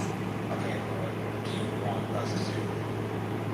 So I want to see I think for the sustainability of my sister who lives there and her sons who will go in the army, I want to see a future Israel that's not war anymore, right? And I think to do that, we need to have, there's no government candidates right now, no prime minister, no, and sort of the prime minister's race. There's no one who's actually presenting a plan to deal with the millions of Palestinians that are under Israeli rule that don't have rights of their own, right? And I think that is the heart of the conflict, right? We need to, for people to just kind of give it up, and it's become this indefinite occupation that was supposed to be temporary, now it's become permanent, right? And so millions of people are living in sort of limbo, and I think even right-wingers, even Zionists agree that you can't have people be refugees forever, right? You can't just have people be in limbo. And their solution to the limbo is, just expel them, so resettle them, have voluntary migration or whatever. And my solution would be to give them rights. And so the plan that I've been toying with, that actually Emma was introduced me to, and some other Israelis, this guy, Rodi, he's like this Persian Israeli Zionist guy on the south. This plan is basically, it's between 1 and 2 states. Basically, it's like a confederacy where one side is governed by Israelis, the other side is governed by Palestinians, but the borders are open and fluid, so people can move both sides, and you can have residency rights.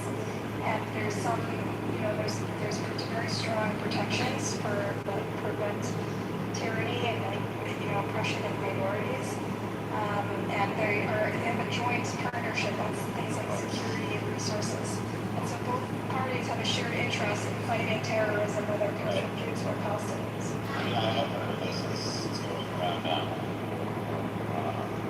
So I like that plan, but in the interim, John, I think we need to end the occupation because it's unsustainable and it's killing us, okay? And if status quo is killing us, it's led to the worst genocide, worst massacre of Jews since the Holocaust, and the next one will be worse. So do you think that sort of every town settlement neighborhood was sort of less than anything that would not be enough? Like for Israeli government Jews to continue talk about Ariel pretty much all of them. No, that's not what I think. I don't think anyone really has to move in this like confederacy plan. I mean, ideally, I think we should be able to eventually work towards one binational state where everyone can share. Listen, there's 2 people already sharing this land between the river and the sea. It's just a configuration that's not fair to everybody, right?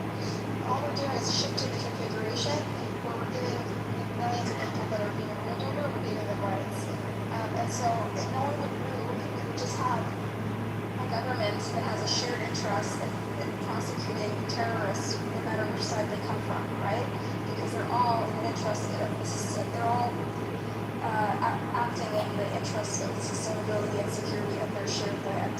And that's what we have to work towards. I'm just curious, like, I get what you're saying, that would be optimal, but do you think it's possible if you could do that the other side would, and simply massacre the other side? well, no, like not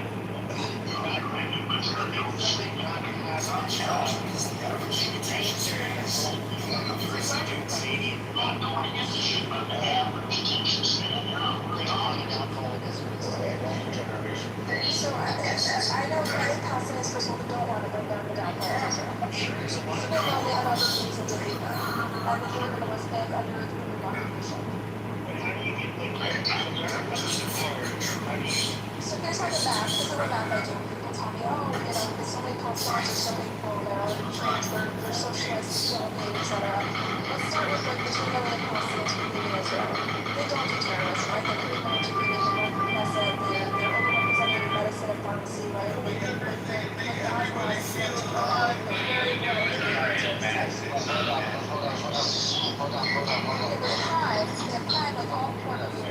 Hold on, John. Yes, but in all societies, the poor marginalized communities have crime, yes.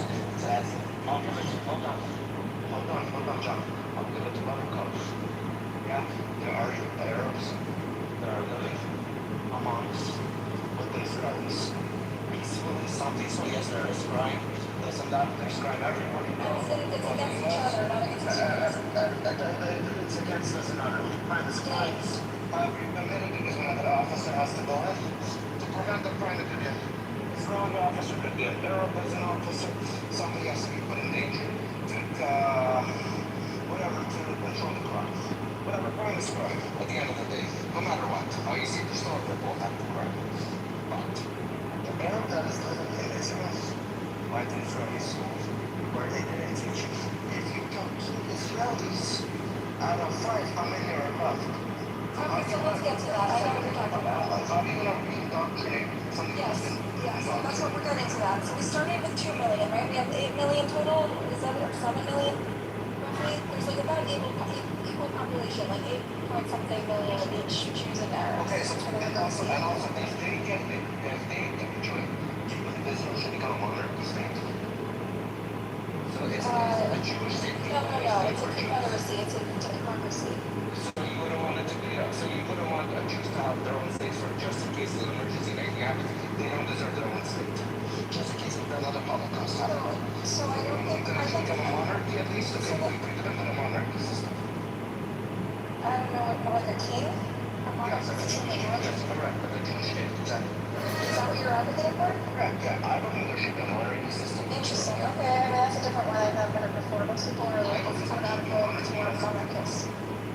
But anyway, okay, can I answer your money question? Okay, so we have 8 million, right? 2 million are fine, right? They live in Israel, they're integrated. Sure, there's crime, but there's crime everywhere, and especially in poor areas, right?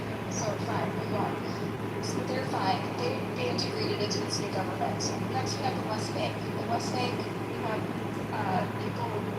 It's overwhelmingly secular government. They've had a security arrangement already with Israel for 20 years and have successfully thwarted terror, right? Because if they work with Israel, they hand over their security prisoners, and really have been working alongside Israel to thwart terror, right? So they already are a perfect candidate to build up that infrastructure, the robust infrastructure that Israel already has, to create a collaborative security arrangement. And when they're both in, and when there's a law that is applied equally, it doesn't only target Palestinian terrorism, but also targets Jewish terrorism, that you actually have a society with like a shared interest in securing their shared population. And so I really think that Palestinians in the West Bank, which already work, many of them work in Israel and have very, very long-standing business and diplomatic and security coexistence, I think they would be a perfect candidate to be incorporated into Israeli society and participate in this new government that gives them more equal rights. No one between them and the crisis of the West Bank, the crisis of Jerusalem and Israel is that they don't have health insurance and that they have checkpoints all over the place. Then Gaza is a bigger problem. I don't know what to do about Gaza because I can't imagine that these kids who are living in tents and have rocks lighting off their face and are living under medical siege and literally emaciated and their families are being killed.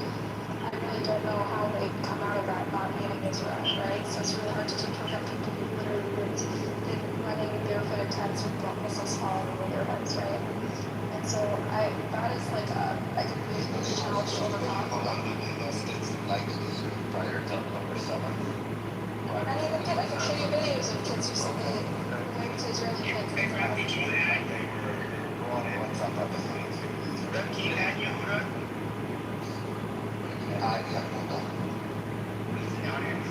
How can I add it? Bring them out, Felix. Not bring them out. Confederacy, because the Palestinians people Oh, that's a great question. So the Confederacy I'm not super familiar with, but in this binational states, basically the immigration law, just like the security law, would apply equally to Palestinians and Jews.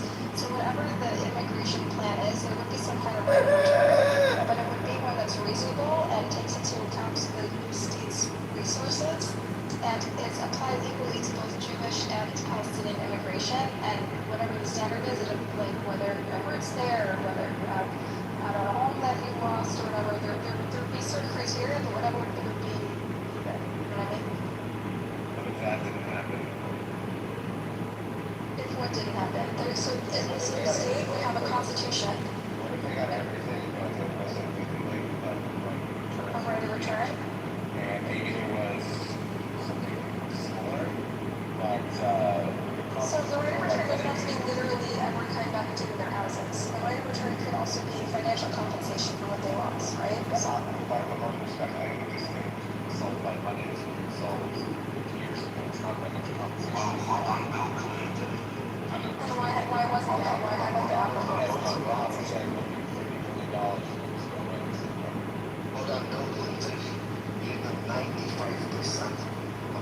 ask, what's your negotiations work up? When somebody gets 95%.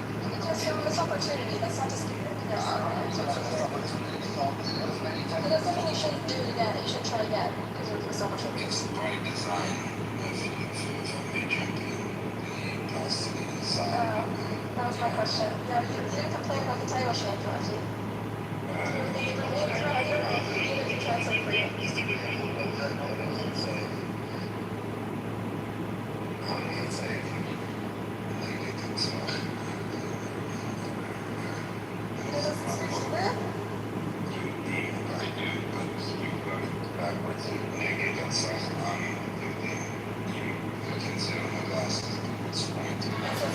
I did what's a harm with the title.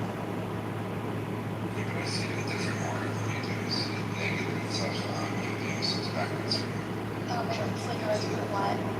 Well, what does it mean? He doesn't know what his root is. It's not my room. No, Rafi doesn't know. Rafi changed the title on him. He doesn't know what it means. Alright, well, anyways, shenanigans. I'd like to address the topic. There's a lot of services by design. I mean, I've listened to you quite calm, but I don't know who you are. But I don't like using arguments with you. I worked into these processes as a Western diplomat, and I can tell you that nothing is further from the truth.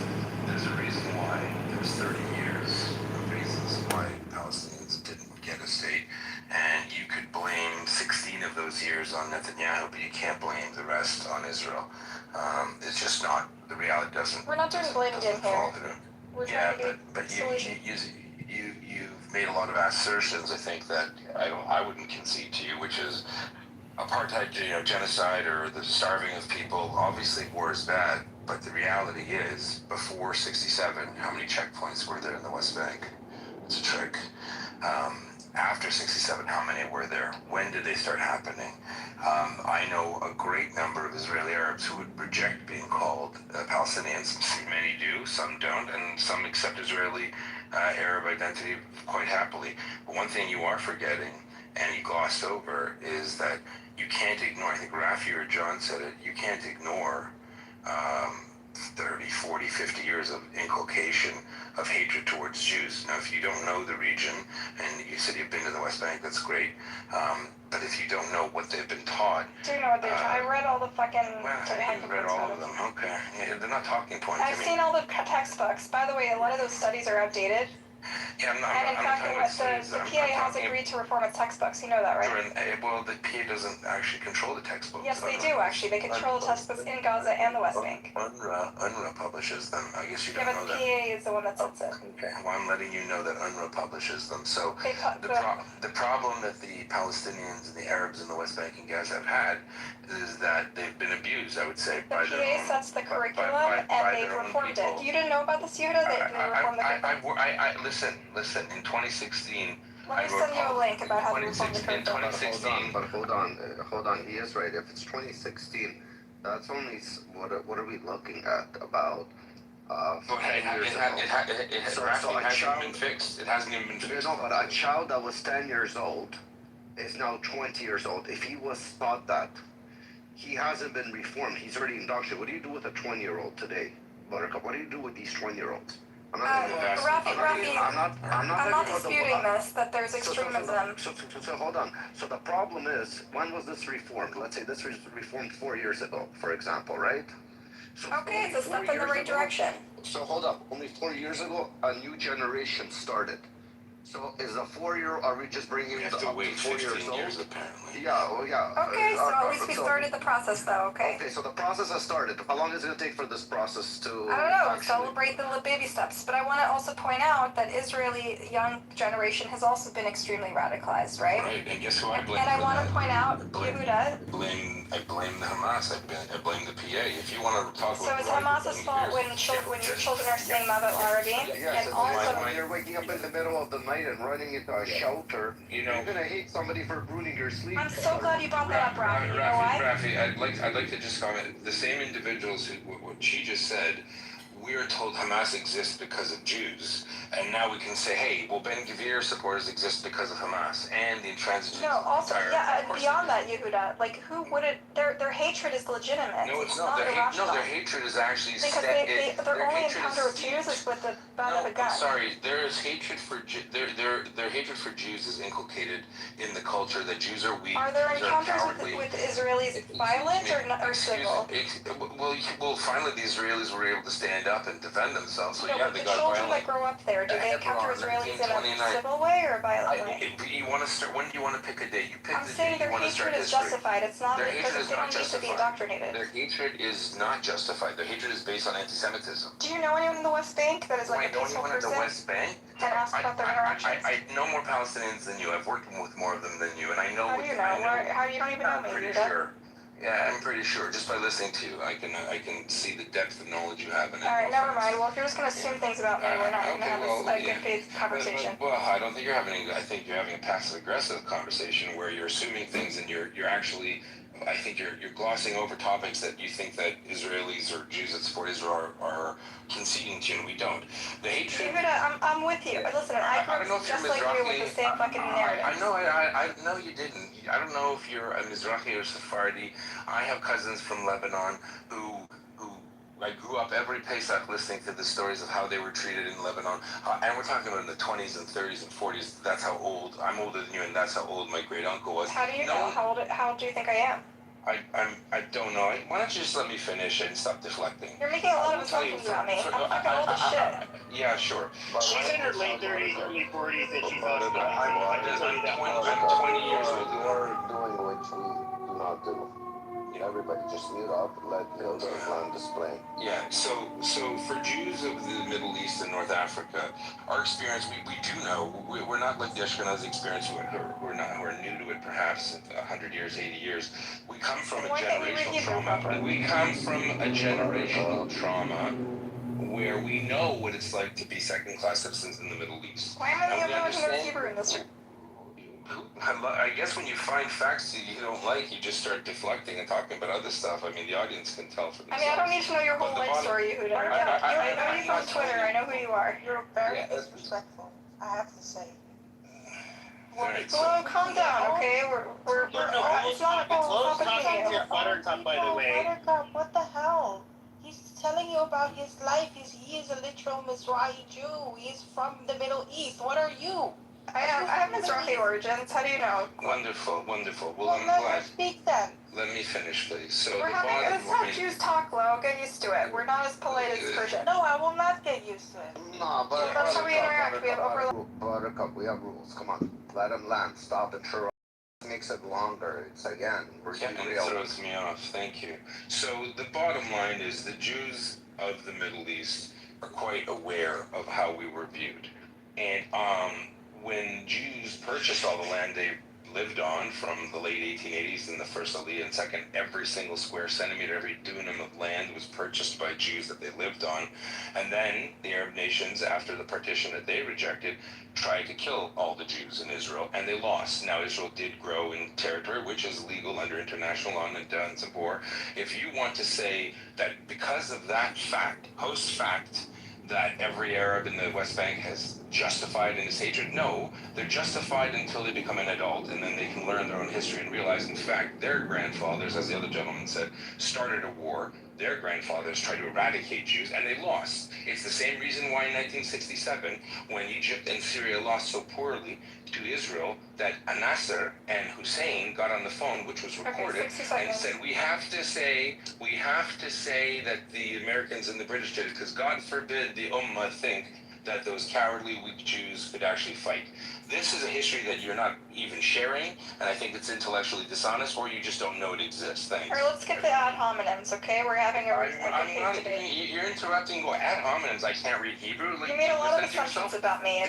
Let's start over. You listen to yourself, okay? Let's start over. You start with the ad hominems. How about listen, Yehuda, I've never interacted with you before, but I know who you are from X, and so I want to just introduce myself and like ease the tension a little bit, okay? tell me about yourself. How do you want to introduce yourself? And I'll tell you who I am, and then we can like try to like start over without being I'm fine. I'm fine just discussing the topics. I think we're making a lot of assumptions about each other, and it's hard to have a good faith conversation. I'm only referring to your speech, what I heard you say with my own ears. You made assumptions about my age, about my competence, about my background. I'm 20 years older than you.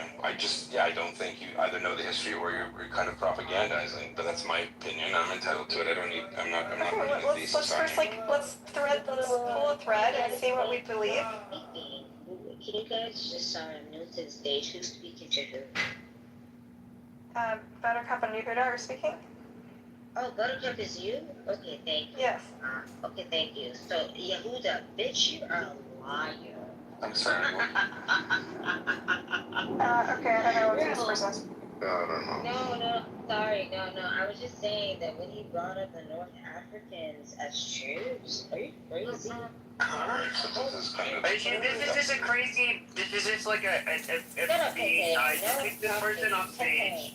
Oh my god. I know, but I know you guys love claiming that you're the original Native Americans and the original Jews. That's fine. Rappy, just kick her off the stage. I did.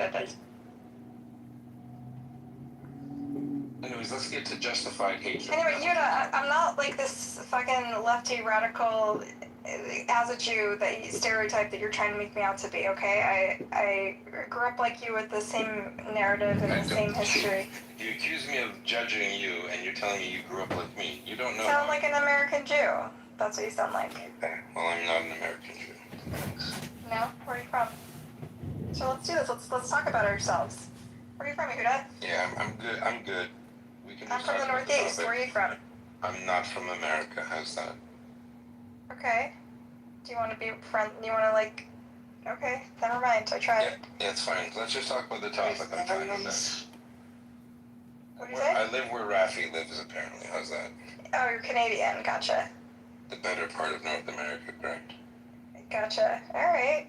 Nice. You're the polite side of America. So yeah, I think I'd like to talk about your position where you said that you think there should be confederacy. What buy-in? I actually don't know that much about the confederacy plan. I hope it eventually turns into a one binational state with equal rights. Well, there are equal rights for Arabs in Israel, but I don't have rights in Israel. But they rule over millions of Palestinians indefinitely, right? And that's a problem. By choice? You agree? By choice? What the people choose to be ruled over indefinitely? No. Does Israel control the West Bank by choice, or was it forced into it? The fact is, there's no one in leadership. By choice, they agreed to, with the circumstances, the area A, B, and C. No. Right? In 67. They signed agreements. What happened in Khartoum in 68? What happened in 1968? You mean something with the thing with Lebanon or whatever? I mean, with Jordan? No. So Israel, once it took the West Bank and Gaza, immediately said, "We'll give it all back for a peace treaty." The Arab League. I don't want to do like a history. I didn't hear that. History because it doesn't help you. No, I read fucking all But, the historians. okay, wonderful. I did. She is just the biggest Benny Morrison repeater. It's so pathetic. It makes me want to get a Benny Morrison book so I can actually comprehend what has like brain virused her out. But I can't believe it. I haven't been on in years, and I came in there and she's vile. It's hard for me to, as a cantor, like to put up with her ridiculousness, and they're all in there. well, there is a, do you know how I know Hashem is real, Rabbona Shalom? Why? How do you know Hashem is real? Because Buttercup, aka Rachel, or whatever the hell her name is, she's been banned Does she from... call herself Rachel now? She says Buttercup. I just saw her say. No, is her legal name Rachel? Or something like that? Rachel? I don't know. I have no idea. Anyways, she's been banned from Israel. She's on the database of Do Not Enter. How do you know that? She said it. She said she got doxxed by the Canary Mission. I never heard of that, and I'm pretty involved with what goes on in Israel. Yeah, she claims that she has been banned, but if you can say it, it is not true. And it doesn't really matter whether she's been banned or not. She loves to say, I'm in the media. I'm in the media. I work in the media. I work in the media. I never heard her even say that. but She it's claims like, where are they that's what putting her up with position her? is. They monitor Raffi, Daniel, Glow, because honestly, she doesn't shut up. So like, you can give her an hour segment. I think that's the way they view Daniel, it. who's comes from Israel, who's been in the No, rooms some with other me. Daniel. I love Israel. Maybe it's him. I don't know. Okay, does he speak with an accent? I'm not sure. I haven't heard him speak in the room yet. Yehuda is speaking. But I just like, part of me is like, I like recording all this stuff, but honestly, it's so pathetic because this is an unrecorded room. None of these people create content personally, as far as we know. Yeah. And if they're not recording it, they really are, I'm sorry, but retarded, because to sit here and waste all your attention and focus creating unrecorded content when you do have political ambition or goals is retarded. So it's possible, you may be emotionally upset at what these people say and how they say it and who they are, but just remember, if they're retarded and you're upset about what they're saying, the joke's on you. Because she is an effective communicator, but honestly, any woman with a distressed voice, no matter what the message, is always effective communication, because it's just like raising sails with wind, It's just the weather. A woman can be a fully automated hurricane, tornado, or thunderstorm. She's been doing this for so long. I haven't been in that room in a really long time, like not just months, probably a year. And as soon as she just came right after me, and I'm like, so what is Jewish about you? I don't get it. Well, I think you have to view it from like a political perspective, that she has political goals, ambitions, desires, yearnings, or dreams, or aspiration. And that's really the real reason, because I have boiled down women like this over hours of conversation, and the extract or the condensed congeal is political. She's more insane than she is political. Well, actually, you know who is the most? I got a lot of YouTube videos taken down because of that Emrose. Now that chick is actually like a militant, and YouTube recognizes her as being very dangerous, but not Buttercup. But Emrose is considered a dangerous person. Yeah, I know the name. I've seen it up there, but I've never interacted or been in a room. She's an extremist. She says homicidal ideation all the time against Israelis, the Jewish state, the state of Israel. Like, the girl is like certified mentally deranged. Yeah, I know. And it's not me, it's the YouTube community guidelines being enforced by fully automated algorithms, and probably people in the Philippines who have to review the video.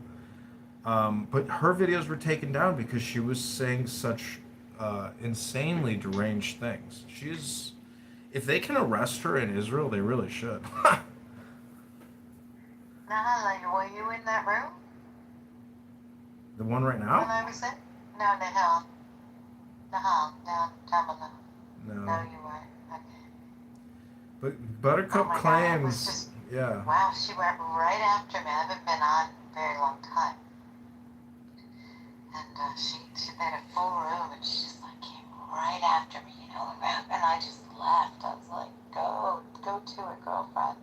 She can go for a long time. She never stops. She's like a wind. She's like a There wind-up was a doll. big room just now that she's still in. There was a big room, and she's like, you want to know about grace? And I'm like, oh my God, you're talking to a clergy person. I've never. Well, see, this is where you could. This is where you could go in if you could get on stage, because she says she has a big block list.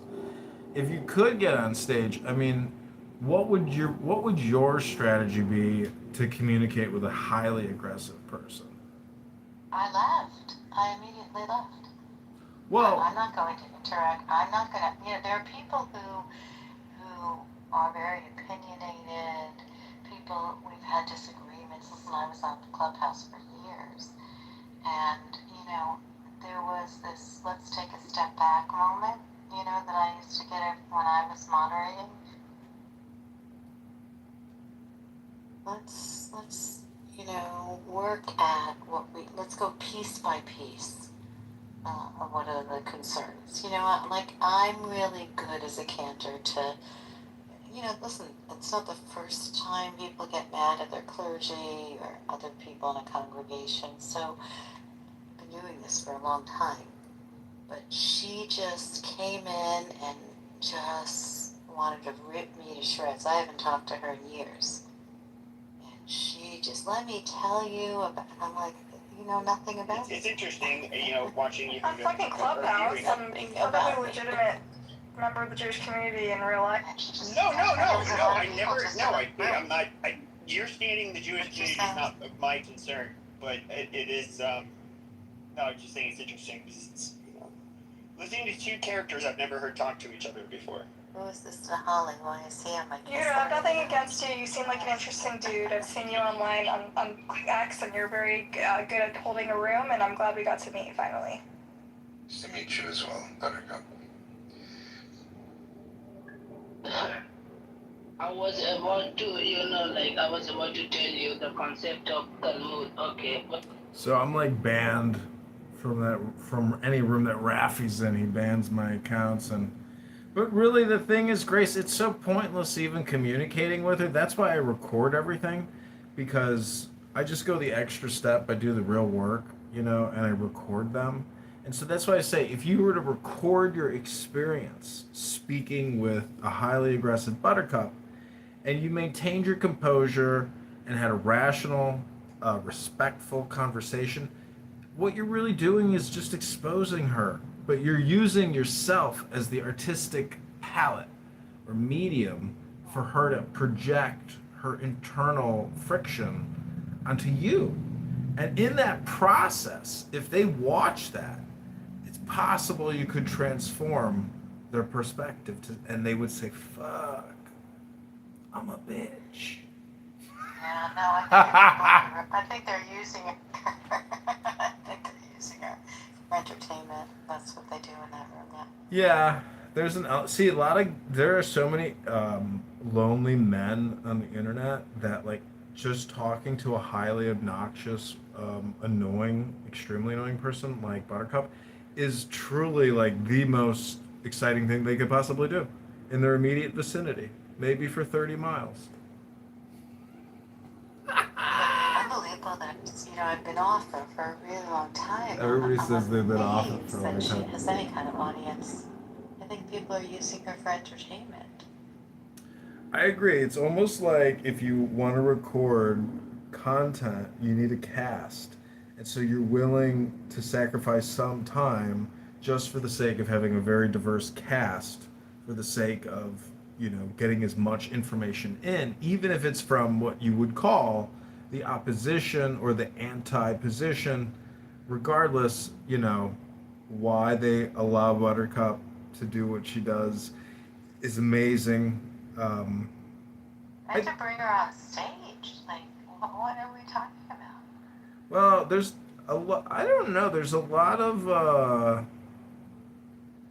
don't know. People like to play this game the way they like to play it. There's really just a lot of anti-Semites out there that project their internal friction, their angst, their anxiety, their misery, their depression, their rage onto Jews.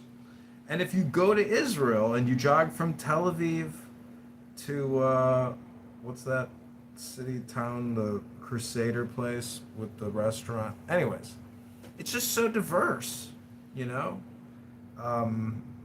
make the point that crime happens everywhere, but that I just don't accept, and I reject that too. Every major city on the planet shouldn't have a crime problem. I know they have it because of law of large numbers, but is that what it's like in other countries? I don't think so. It's just not, True. You're true.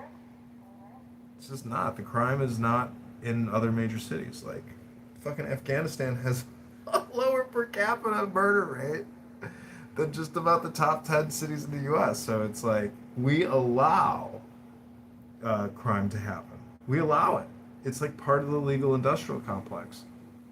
And the more progressive and liberal the judges, the more the crime numbers increase because there are people who are battering innocent people in the street to death that have been arrested 75 times, lighting people on fire on the trains, stabbing them to death, shooting them to death. Like, I followed the news like a news addict for years. There are so many murders that happen on the train. A young military veteran murdered on the train, got no recognition whatsoever. I don't know if he was a veteran. I assume he was a veteran, not like active duty, but either way, he was, a young man.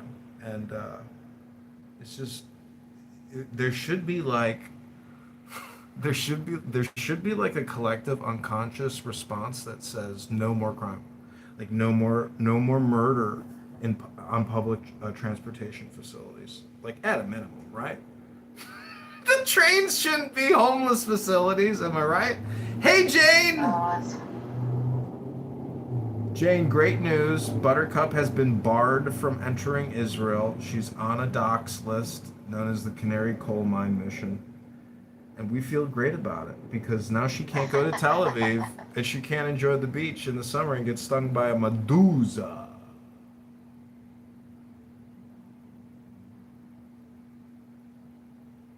Hello. Hi, Grace. Jane, Hey, Jane. welcome to the show, Jane. We're forming a female minion. You know what they call a female minion in Hebrew? What? What? Rabbonu Shalom. I don't know. There's got to be a word, right? Like a minyana? No, it's an actual word, minyan. Yana. When you're going to Mexico. I was dating this very Orthodox girl in Los Angeles, and then she went to Israel, and she went to a seminary, and she got an arranged marriage. And she came back, and I saw her, and she's like, I'm getting married. I was like, oh, wow. Congratulations. That's amazing.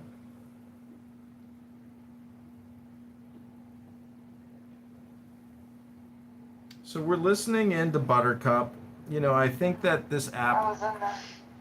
If this You were there, Jane? Did you see when she started with me? I did not. Okay. There was a high energy.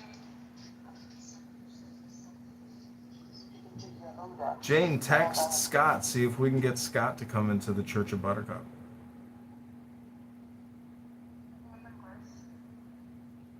She was attacked. I haven't been in there in a long time. She just came right at me. I don't even know what she said. What did I say? She said, I try to forget it.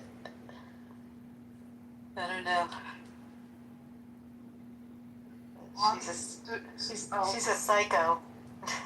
And about the way Palestinians don't have rights under the PA, then your argument is with the PA, not the city. You're getting sidetracked. No, I don't know. We're trying to find a point of No, agreement. Arabs in the West Bank are not accorded the rights of Israel. Honey. Because they're not Israel. Don't call me honey. The Israelis, they're not Israelis. The Arabs in the West Bank aren't Israelis.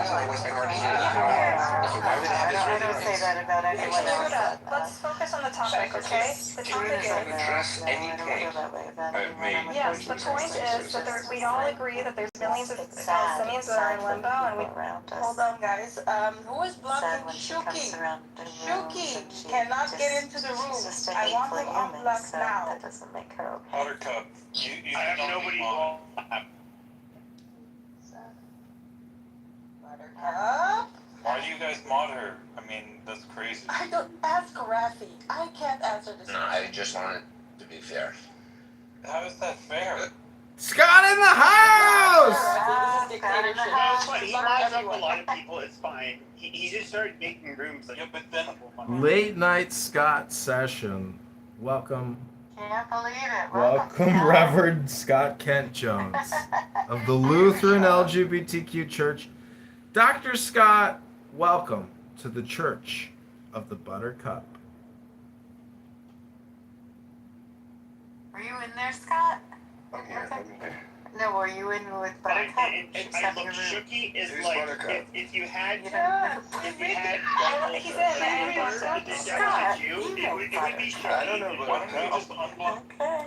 Scott, can you text El Normo? Can you text El Normo to come to the Buttercup Church? I know, although I was in the room. I wouldn't bother. I wouldn't bother. I'm having problems. With Norma? The guy's accurate, Jane. The guy is so good. I don't want to talk about him. Well, We're not mentioning him any longer. I don't want to talk about him behind his back. no, we're not talking about him behind his back because he's being invited to the room. Fantastic. He's That's a warning. received a screenshot. I know El Norma. I'm upset. No, I mean my behavior. Oh, no behavior. That would be me. That's me. Test. Scott, are you there? I'm here. Scott's been having rooms and I've been having some conflicts there. That's all, Grace. Nothing bad. Scott, what are you doing to my friend Jane? It's very. I think people are very adversarial in my room sometimes. Not other times not, but it gets very testy sometimes because it's an ideological and personality spread when I open a room. So people are not always.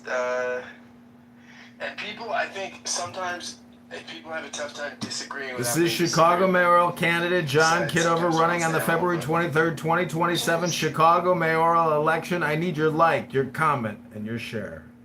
Yeah, We're here in the Buttercup Canary Mission. We're talking with Jews in Israel, in America, who are concerned about security. I call them. A lot of conversations about I call them the anti-Zionism and genocide.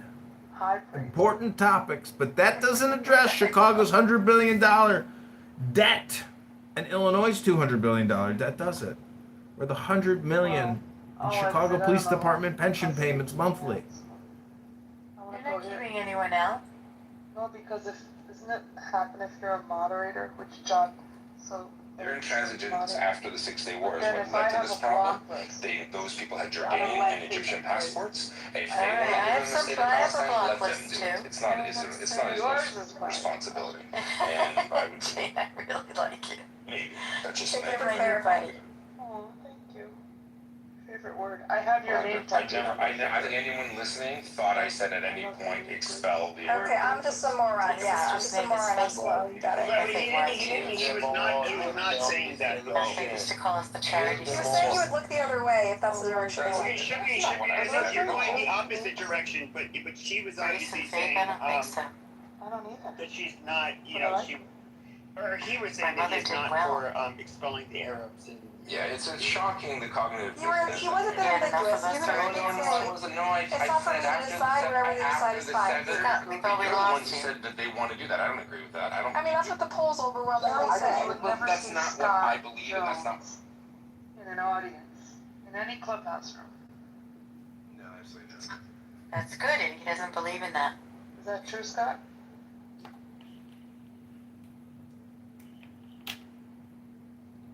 Stage or nothing. That's true, Scott. Isn't it true? Stage or nothing? It is totally true. Stage or nothing. Okay, good. Stage or nothing. And I don't know, Ain, and maybe you guys know, and if I'm not pronouncing your name right, please correct me. And who knows, is it Ain? Show yourself, Ain. Oh, I don't know what it is. I don't remember anymore. Hello? Hello? Do either of you ladies happen to have a cat or have had cats in your life? Yeah, I've had cats. I have a dog now. Scott, are you on club deck right now?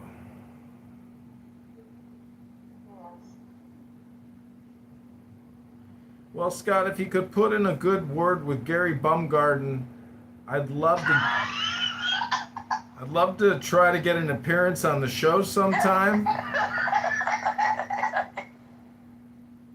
He says the young kids keep encouraging him to create videos, but he says, "No, goddammit, I write!" But he says the young kids keep telling him to get on those videos, like YouTube. Gee, this is too funny.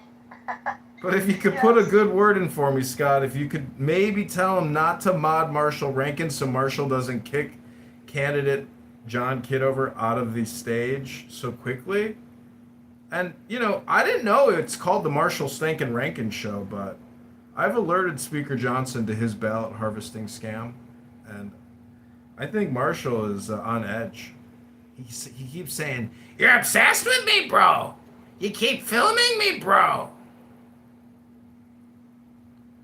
I'm his biggest biggest publicist. You might be talking to the air. Where are you, Scott? Scott's laughing. He's like, "That was a good one." He's like, "He's not a cheetah, he's a snake." Well, I did listen to this. I was tipped off by Scott, and this is good, funny clubhouse. So you do have a series, quite a catalog of Marshall Rankin content. Yeah, I'm in a room right now. We're listening to M. Kapara Whereas before I was unsure, I'm pretty talk to confident Yehud and that Shuki. You're not acting in good faith whatsoever. Your comments are just She's a neo-Nazi. How is going to be? Well, the comments you've made in response to what I've said, you've just dismissed I'm everything trying to as understand history. you, Yehuda. I don't know you. You don't need to understand me. You You understand feel my that points. The points are very wonderful clear. I think I believe you. I take your Okay. your assertions in good faith. You said you don't agree with it. I believe you. I'm just trying to clarify. No. This isn't about ethnic cleansing. No, you're making it about it because you can't deal with the facts I brought for you. But apparently you didn't know. You didn't know Israel was fourth. Yehuda, come on. We're having a conversation. You're getting very Yes, worked up. we're having a conversation. Something so pressed. Listen to the words I'm saying. I know in whatever ivory tower it seems you're in the States. I thought you were in Israel, so I gave you more benefit of the doubt. I gave you more leeway. But if you really think that you can just ignore the fact that the reason why the Middle East looks the way it does is because the Arab nations wanted to murder all the Jews because they do not like us and they lost. No one said that. Now you're putting words in my mouth. No, I'm telling you. If you think that, then that's... Well, no one said that. Well, you're just pulling allegations out of the air. You have blamed Israel for everything. You've said No, you don't even know me. I just listened to you for an hour. Before I came in, I heard you. I criticize Hamas as well. I criticize each government is responsible for their What a actions. high bar. Hold on. What a high bar. I criticize people. I criticize the PA. All governments are responsible and accountable for their actions. You're like a humanitarian. You criticize Hamas. You want to cook it. Yehuda, to me, criticizing the government is patriotism. Wonderful. Criticizing the government is Zionism. If you want a strong democracy, the fact that you said you Yehuda, if you criticize want a Hamas, strong and sustainable Israel, you criticize the You government. understand? You should not be proud of saying, "Oh, I don't like Hamas either." Good for you. I don't like Yehuda, criticizing your government is patriotism. It makes it a strong, sustainable democracy. And Canada makes free maple syrup. It's not the point. You keep changing the subject. I don't know who this person. Are you a college student? You're Because you accusing seem me. like a JVP person to me. That's how I feel. I don't know. Oh my God, this is really ad hominems left and right. Okay, you're just crying victim the whole time. It's really weird. I'm not playing the victim. I'm simply explaining my perspective. Welcome to the show, Contamella. Wait, am I being the asshole here? You're just calling names. You guys have very different beliefs, but you did come off as very harshly. You were confronting him regarding like what the title was, trying to claim that he did not speak Hebrew. Obviously, I think at this point, I'm sorry if that's what offended you. Yehud is a Jew. He's obviously a Jewish guy, but he is somebody who I would say, he can correct me if I'm wrong. I would say left of center. He's not far left. He's definitely not on the right, and so you guys are having your differences. And look, I'm mainly just listening because this is just it's an eternal feud at this point. I don't really want to. I don't really think there's any much Never mind. Thanks anyway. benefit for us for somebody like me to really like weigh in. You're not a very good mediator. Neither are you. I know. I'm sorry. I thought he'd be a better mediator, Pepe. I'm not For gonna a say person that keeps talking about ad hominems and childishness, you're besting us all here, eh? Like you're complaining that you're being attacked, but you're like mocking everyone. You mocked me because the Hebrew was inverted on my screen, and then I hear any katzat karib falafel shalim mifta from you, and it's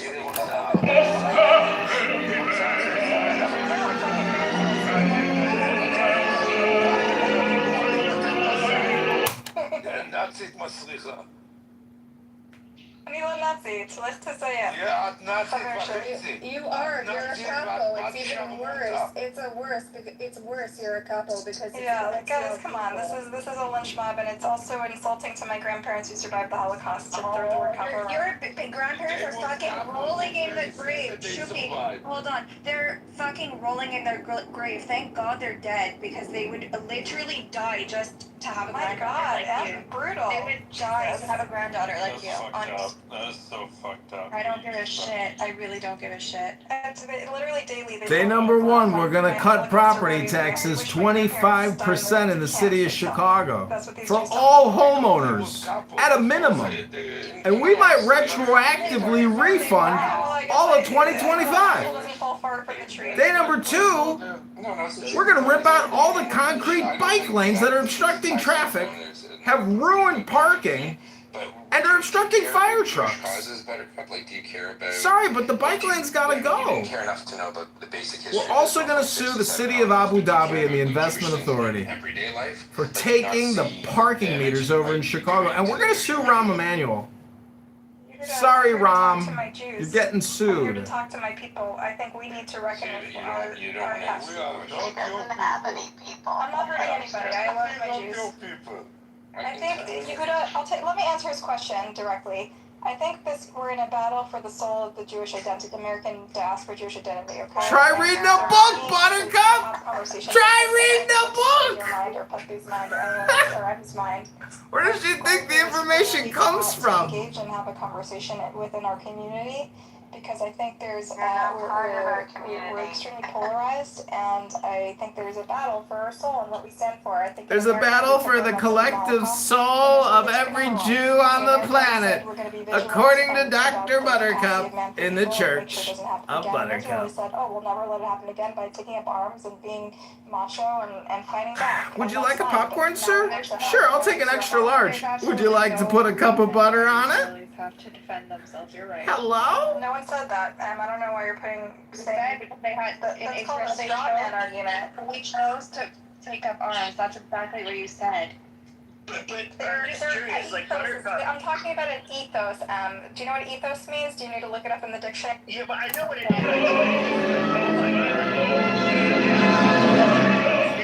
is. Sorry, I refuse to listen to Pepe talk. There's a lot of things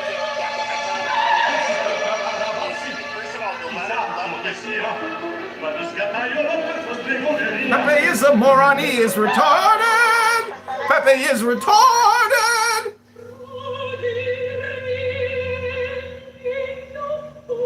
You saw people that in solidarity with the power.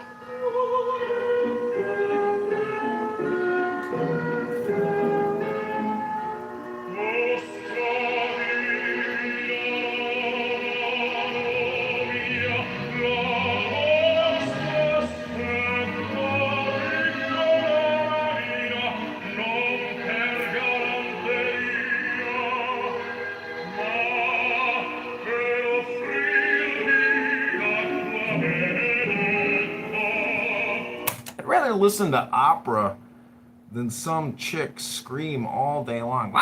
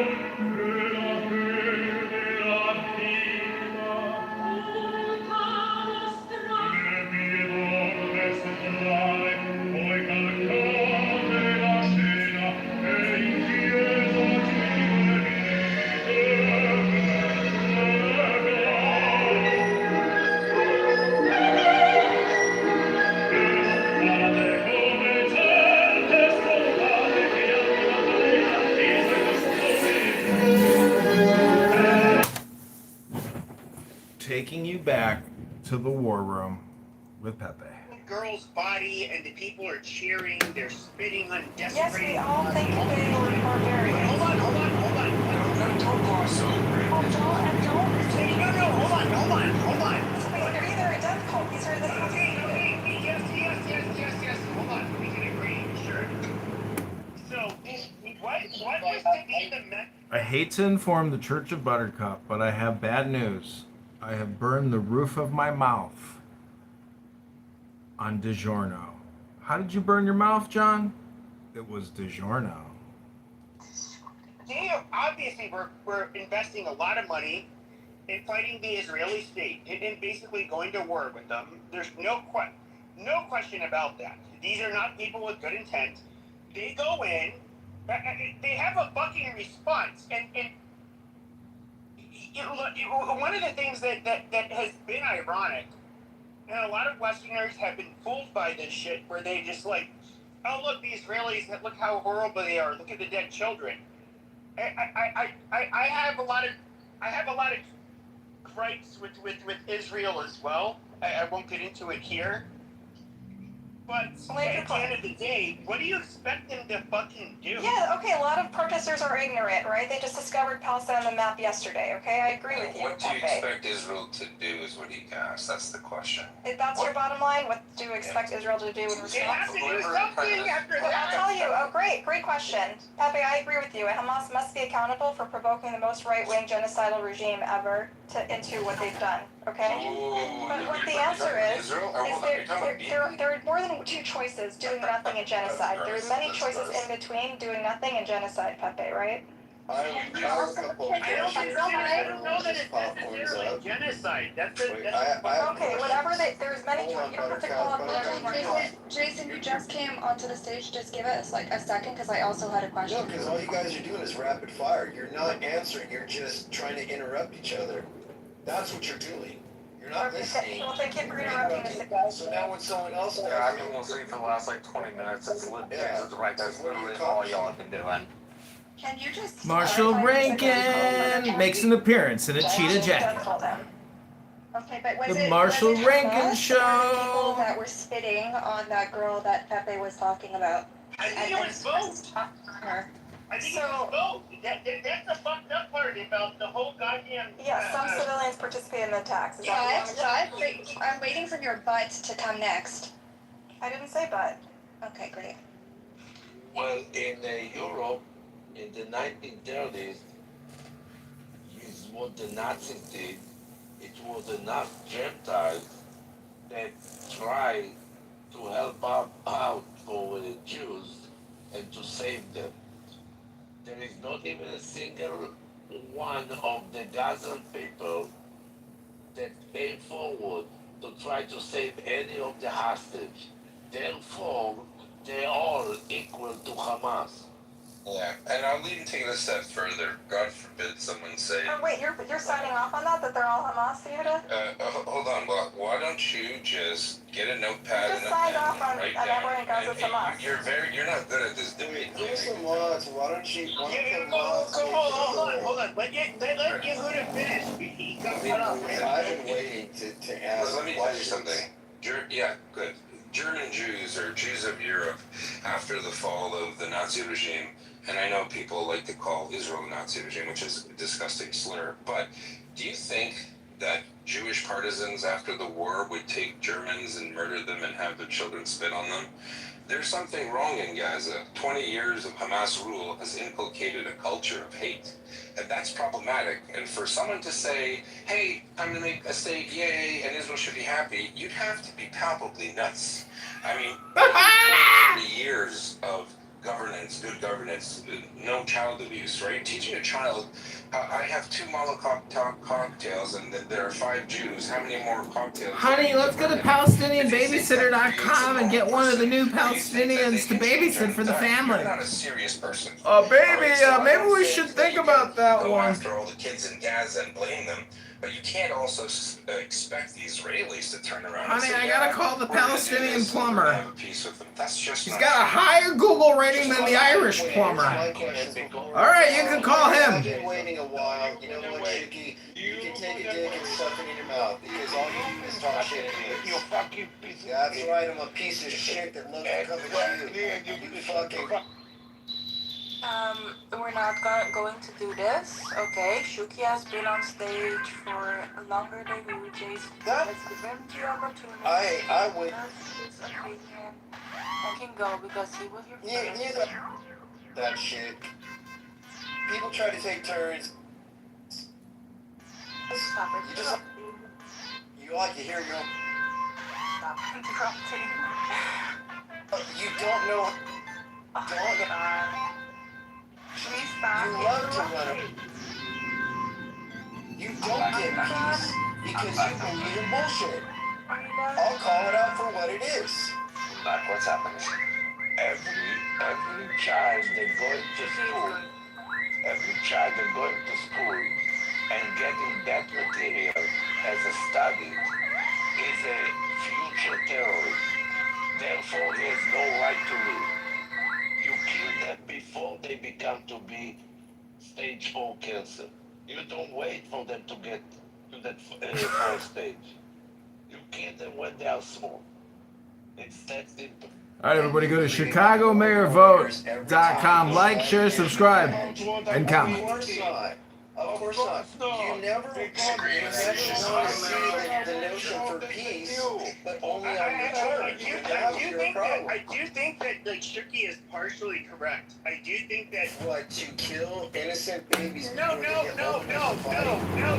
on.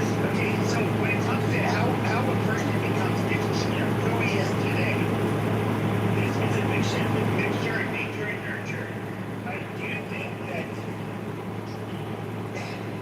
if you were indoctrinated, I was raised Catholic, and I'm not a very religious person now, but I will tell you that like really to this day still kind of has that effect on you.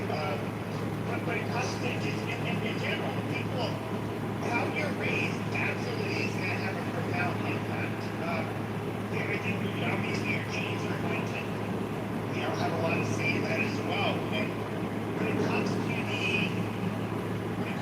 Palestinians, it is super dark to say, and I'm 100% against killing innocent civilians, children. But so I think that when they are indoctrinated at a young age,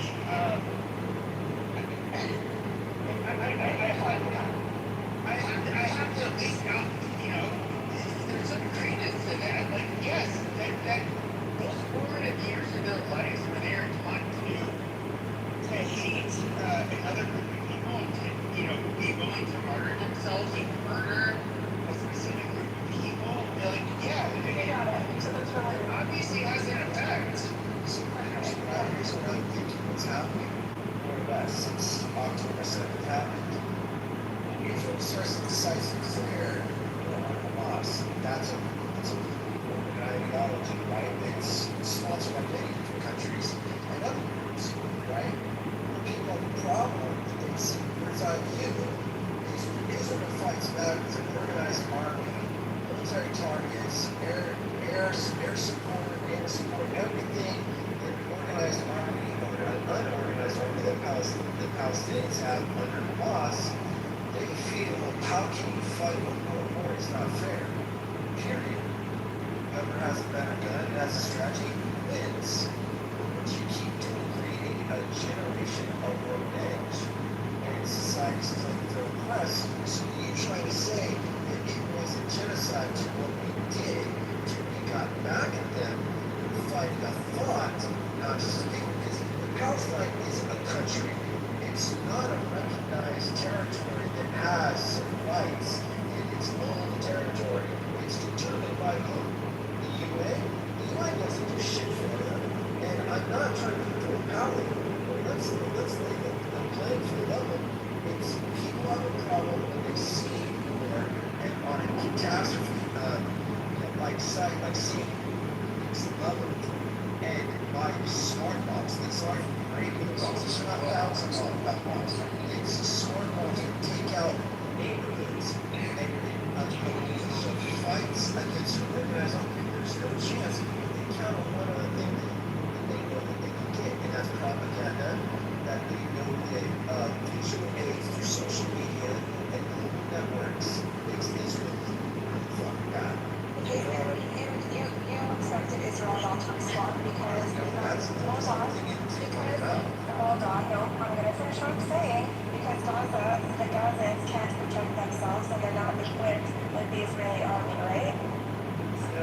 Maybe they shouldn't start the Literally, was what did you expect them to do, though?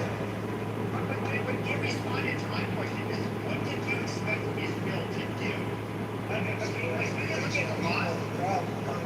They feel some unfair war. Yeah, if you find it later. Your feelings don't matter, Jason. Your feelings don't matter. Other people's feelings don't fucking matter. It does. You said I feel.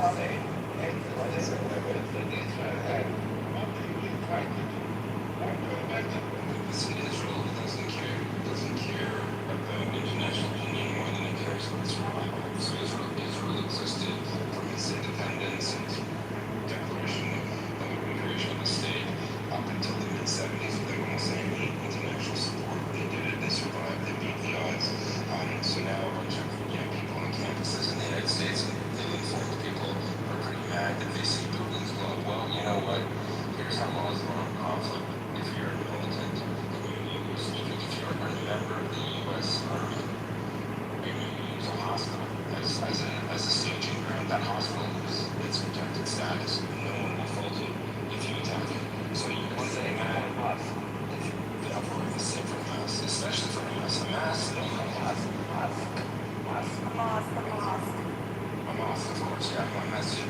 Hamas, anything, when you use a building for terrorist activities or for military purposes, if it's a normal country, then that building loses its protected status.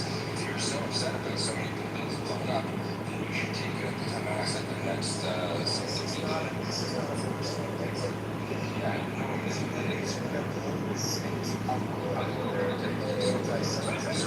Jason, you're from Mexico, okay? Like, you know for a fact, well, no, hold on a second, but you know for a fact that if there was Americans getting, hold on, Jason, if you talk to me about colonizing the idea of warfare, you're talking about fucking God. Okay, but no, hold on, I'm talking about contemporary. Jason, if there was something tragic to happen to Americans, the Mexicans would not be celebrating. If you were to have a dead disabled girl being driven across the fucking border in a truck, okay, the Mexicans would not be spitting on it, hitting it, cheering. They would not do that. There is obviously something very different in how these people were brought up. And in comparison to really most groups in the world. I think they're kind of... Let me ask Jason a question. Jason, if you're Jason, position against Israel, I'm not. I was talking about how that people cannot handle the sight of warfare.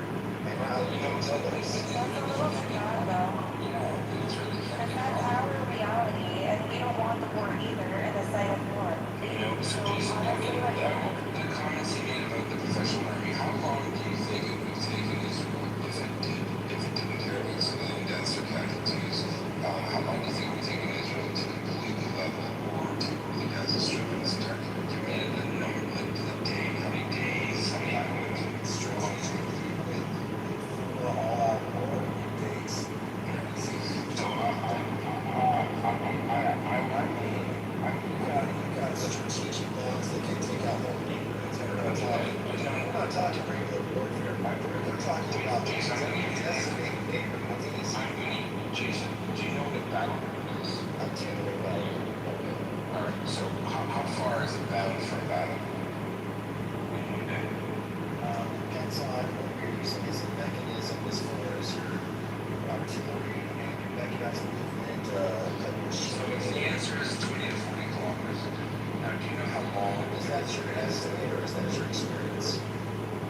That's my experience. So, well, when I finish the answer, you'll figure it out. I don't really want to talk about myself. But the combined arms nuclear unit of battle, which is the smallest one that NATO countries use, can cover between 20 to 50 kilometers depending on the terrain. Gaza is a flat expanse. Israelis could have been like taken 40,000 groups, not even two, and positioned them in the south and north. It's about 10 miles. So they could have done it in an afternoon. If they did, they kill hundreds of thousands of civilians. But if they didn't care about civilian death, that's what they would do. The fact that it took them almost 2 weeks because they were trying to isolate, identify Hamas terrorist targets, the tunnel, the depot, muster points. That's what they were doing. Now, you have a great point. I'll give you this. It's a world. Well, again, Israelis don't have the luxury of caring what you think or other people think. They have the luxury of defending their people. Hamas, it wasn't Israel who declared war on Hamas. Hamas declared war on Israel. But what they did on the 7th of October, there's no nice way to talk about it. There's no I don't disagree with that at all. That's the thing is like the is have to go through Iraq and also Afghanistan. 10 years of hard work, lots of casualties, lots of fallout. So yeah, I understand. I have to just acknowledge that, but thank you so much for this. Take care, Grace. Without any restriction, again, here's the difference between the Americans' experience in Iraq and Afghanistan. This is on Israel's border. So this is Mexico or Canada doing something to the Americans. They're really unequal, if not greater response by any other country. Israel's continuing constrained by world opinion. But you may have to act in this manner. It's unfortunate. No one wants to see people die, especially innocent people die. But Israel, Hamas, gave Israel no choice. And you know who's at fault? All of us. The Western world is at fault. Because in 2007, when Hamas took over, everyone said to Israel, make nice just work with them. I would prefer not to, the Israelis said. But, you know, don't get involved. Maybe we'll go back to the PA and there'll be another election. What did Hamas do? They threw PA officials on buildings and tied them dead on ropes with motorcycles. It is a death cult. I'm not saying all of Gaza is a death cult, but there's a large number of people who bought into it, and they've been raised by the system. Yes, there are Gazans who don't support Hamas, but even the ones that don't support Hamas aren't really fond of Jews either. So Israel's damned if it comes all day. Those Muslims support Hamas. Those who don't support Hamas, they still hate Israel. That's what I just said.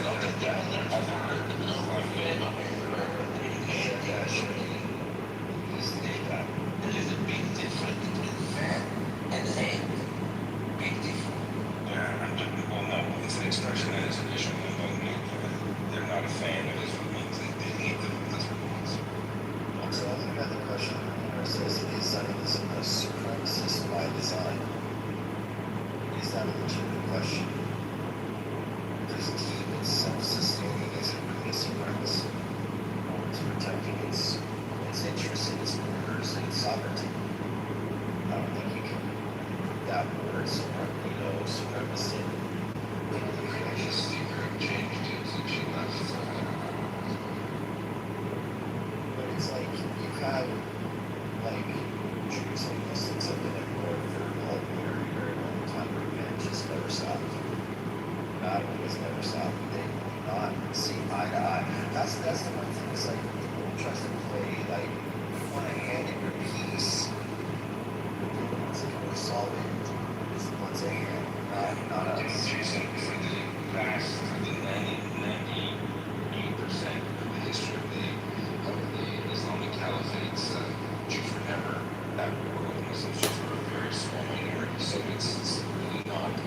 It's really Jews were persecuted by the Middle East, a homogenous majority for 1,350 years. So it's not really like a tit for tat thing. It's battle, and I understand the Jews have had to migrate to many different areas for long years, period of history of time. They've had to go to the north, they've had to go to Poland, Russia, they are going. They've had to find where they can live. They can't live at home. I mean, why would Paul is under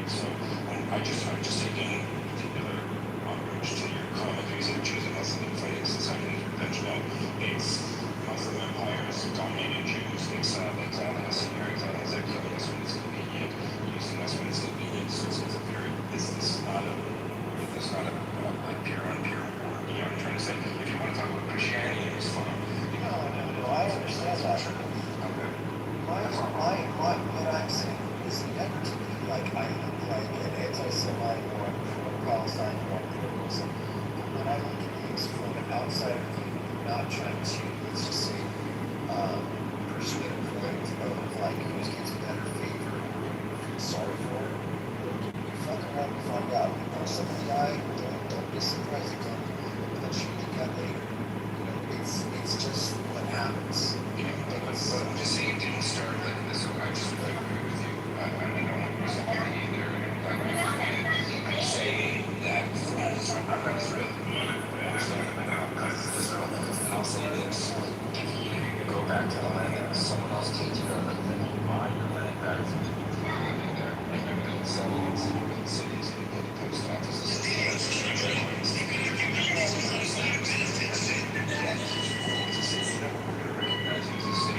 And then that's for the people who hate you because you're Jewish. And say, well, time belongs to dust and finish the job that you didn't finish.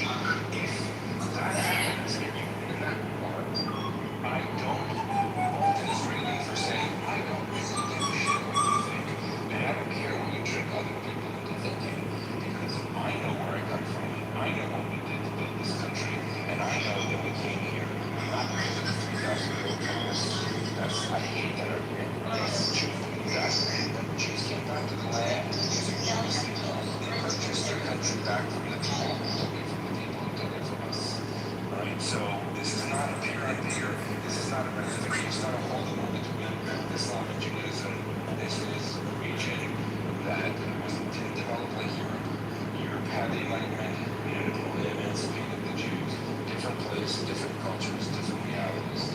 But since the creation of the state of Israel, Israel has fought defensive wars time and time again and have always won. I would argue that the Palestinian refugee crisis is a very calculated attempt to isolate Israel because the Arab countries cannot defeat Israel on the battlefield, take it from you both for whatever reasons they believe. And so they figure we can delegitimize them by basically making these Arabs live in perpetual refugee. There's one international human body for refugees, for hundreds of millions of refugees all over the world, and then there's a separate one for Palestinians for some bizarre reason.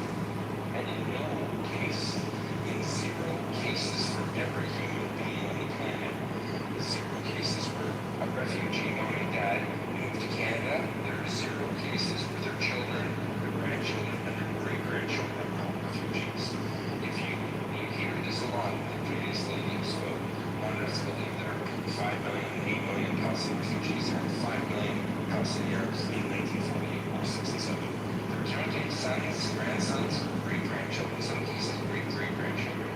It is a refugee population. It's a refugee problem that seems to grow. It doesn't help the Palestinians. In fact, it creates a culture of people who believe they've been really put out by the Jews or Israel, and it doesn't help them in the end. It's just that simple. You know how many Palestinians were displaced? That means people who fled before the war even started. And how many of them are alive today? Numbers range from 30,000 to 150,000. But if you look at them, the Palestinian, the UN Refugee Agency for Palestinians, they'll say there's 8 million Palestinian refugees. How is that physically possible? You don't become a refugee when your parents were born in Canada, and you're born in Canada, but you're a Palestinian extraction. And the Palestinian Authority gets $8,000 per male Palestinian person on the planet, and that's what funds the rift. They're not doing the things to make peace. They're not doing the things to build a country. I agree. I'm not saying I want to remember so many times in so many different conversations for me, I've made the same it's like to prove what you want to know about Zionists. You know that they defend their country, absolutely no. Do you want to know what's the difference between a Jew and a Zionist? It depends on how you support the government. You know, and the thing is when people get caught in the middle, they start having opinions about other people's affairs. They don't like you this, they don't back there like, hey, I'm Mexican, okay? I come not where I live. This was colonized, this was taken and stolen away from its native born people. And they try to decimate us, they try to wipe us out. They try to create platforms where we couldn't agree because in order to live in the United States, man, you had to create some kind of de-licensing treaty. What he was doing, he was making it into and making it empty. And that was just one of the tactics that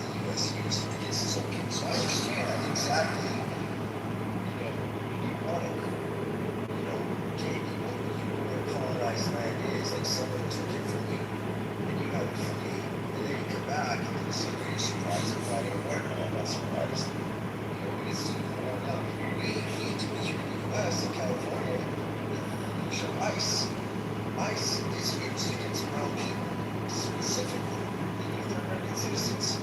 And you people, my wife included, have had to walk around with fear behind you. You know exactly the cops. We hear other people's debate and problems. We're just looking at like, there are people like to just pass on 100%. There are people who unfortunately don't. But I think we're going to try to play ahead and try to solve it for them. You know, that's a problem. I don't want to fight somebody else's fight. That's right. Someone's asking if they Israel's fight dinner. Yeah, I mentioned that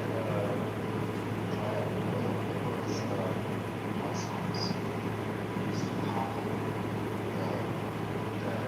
Jews to excel towards the Jews. It's also common that makes Jews feel damn like shit. Like you see the girls rich. So I want to add a question. If history of what's been accused of the Jews.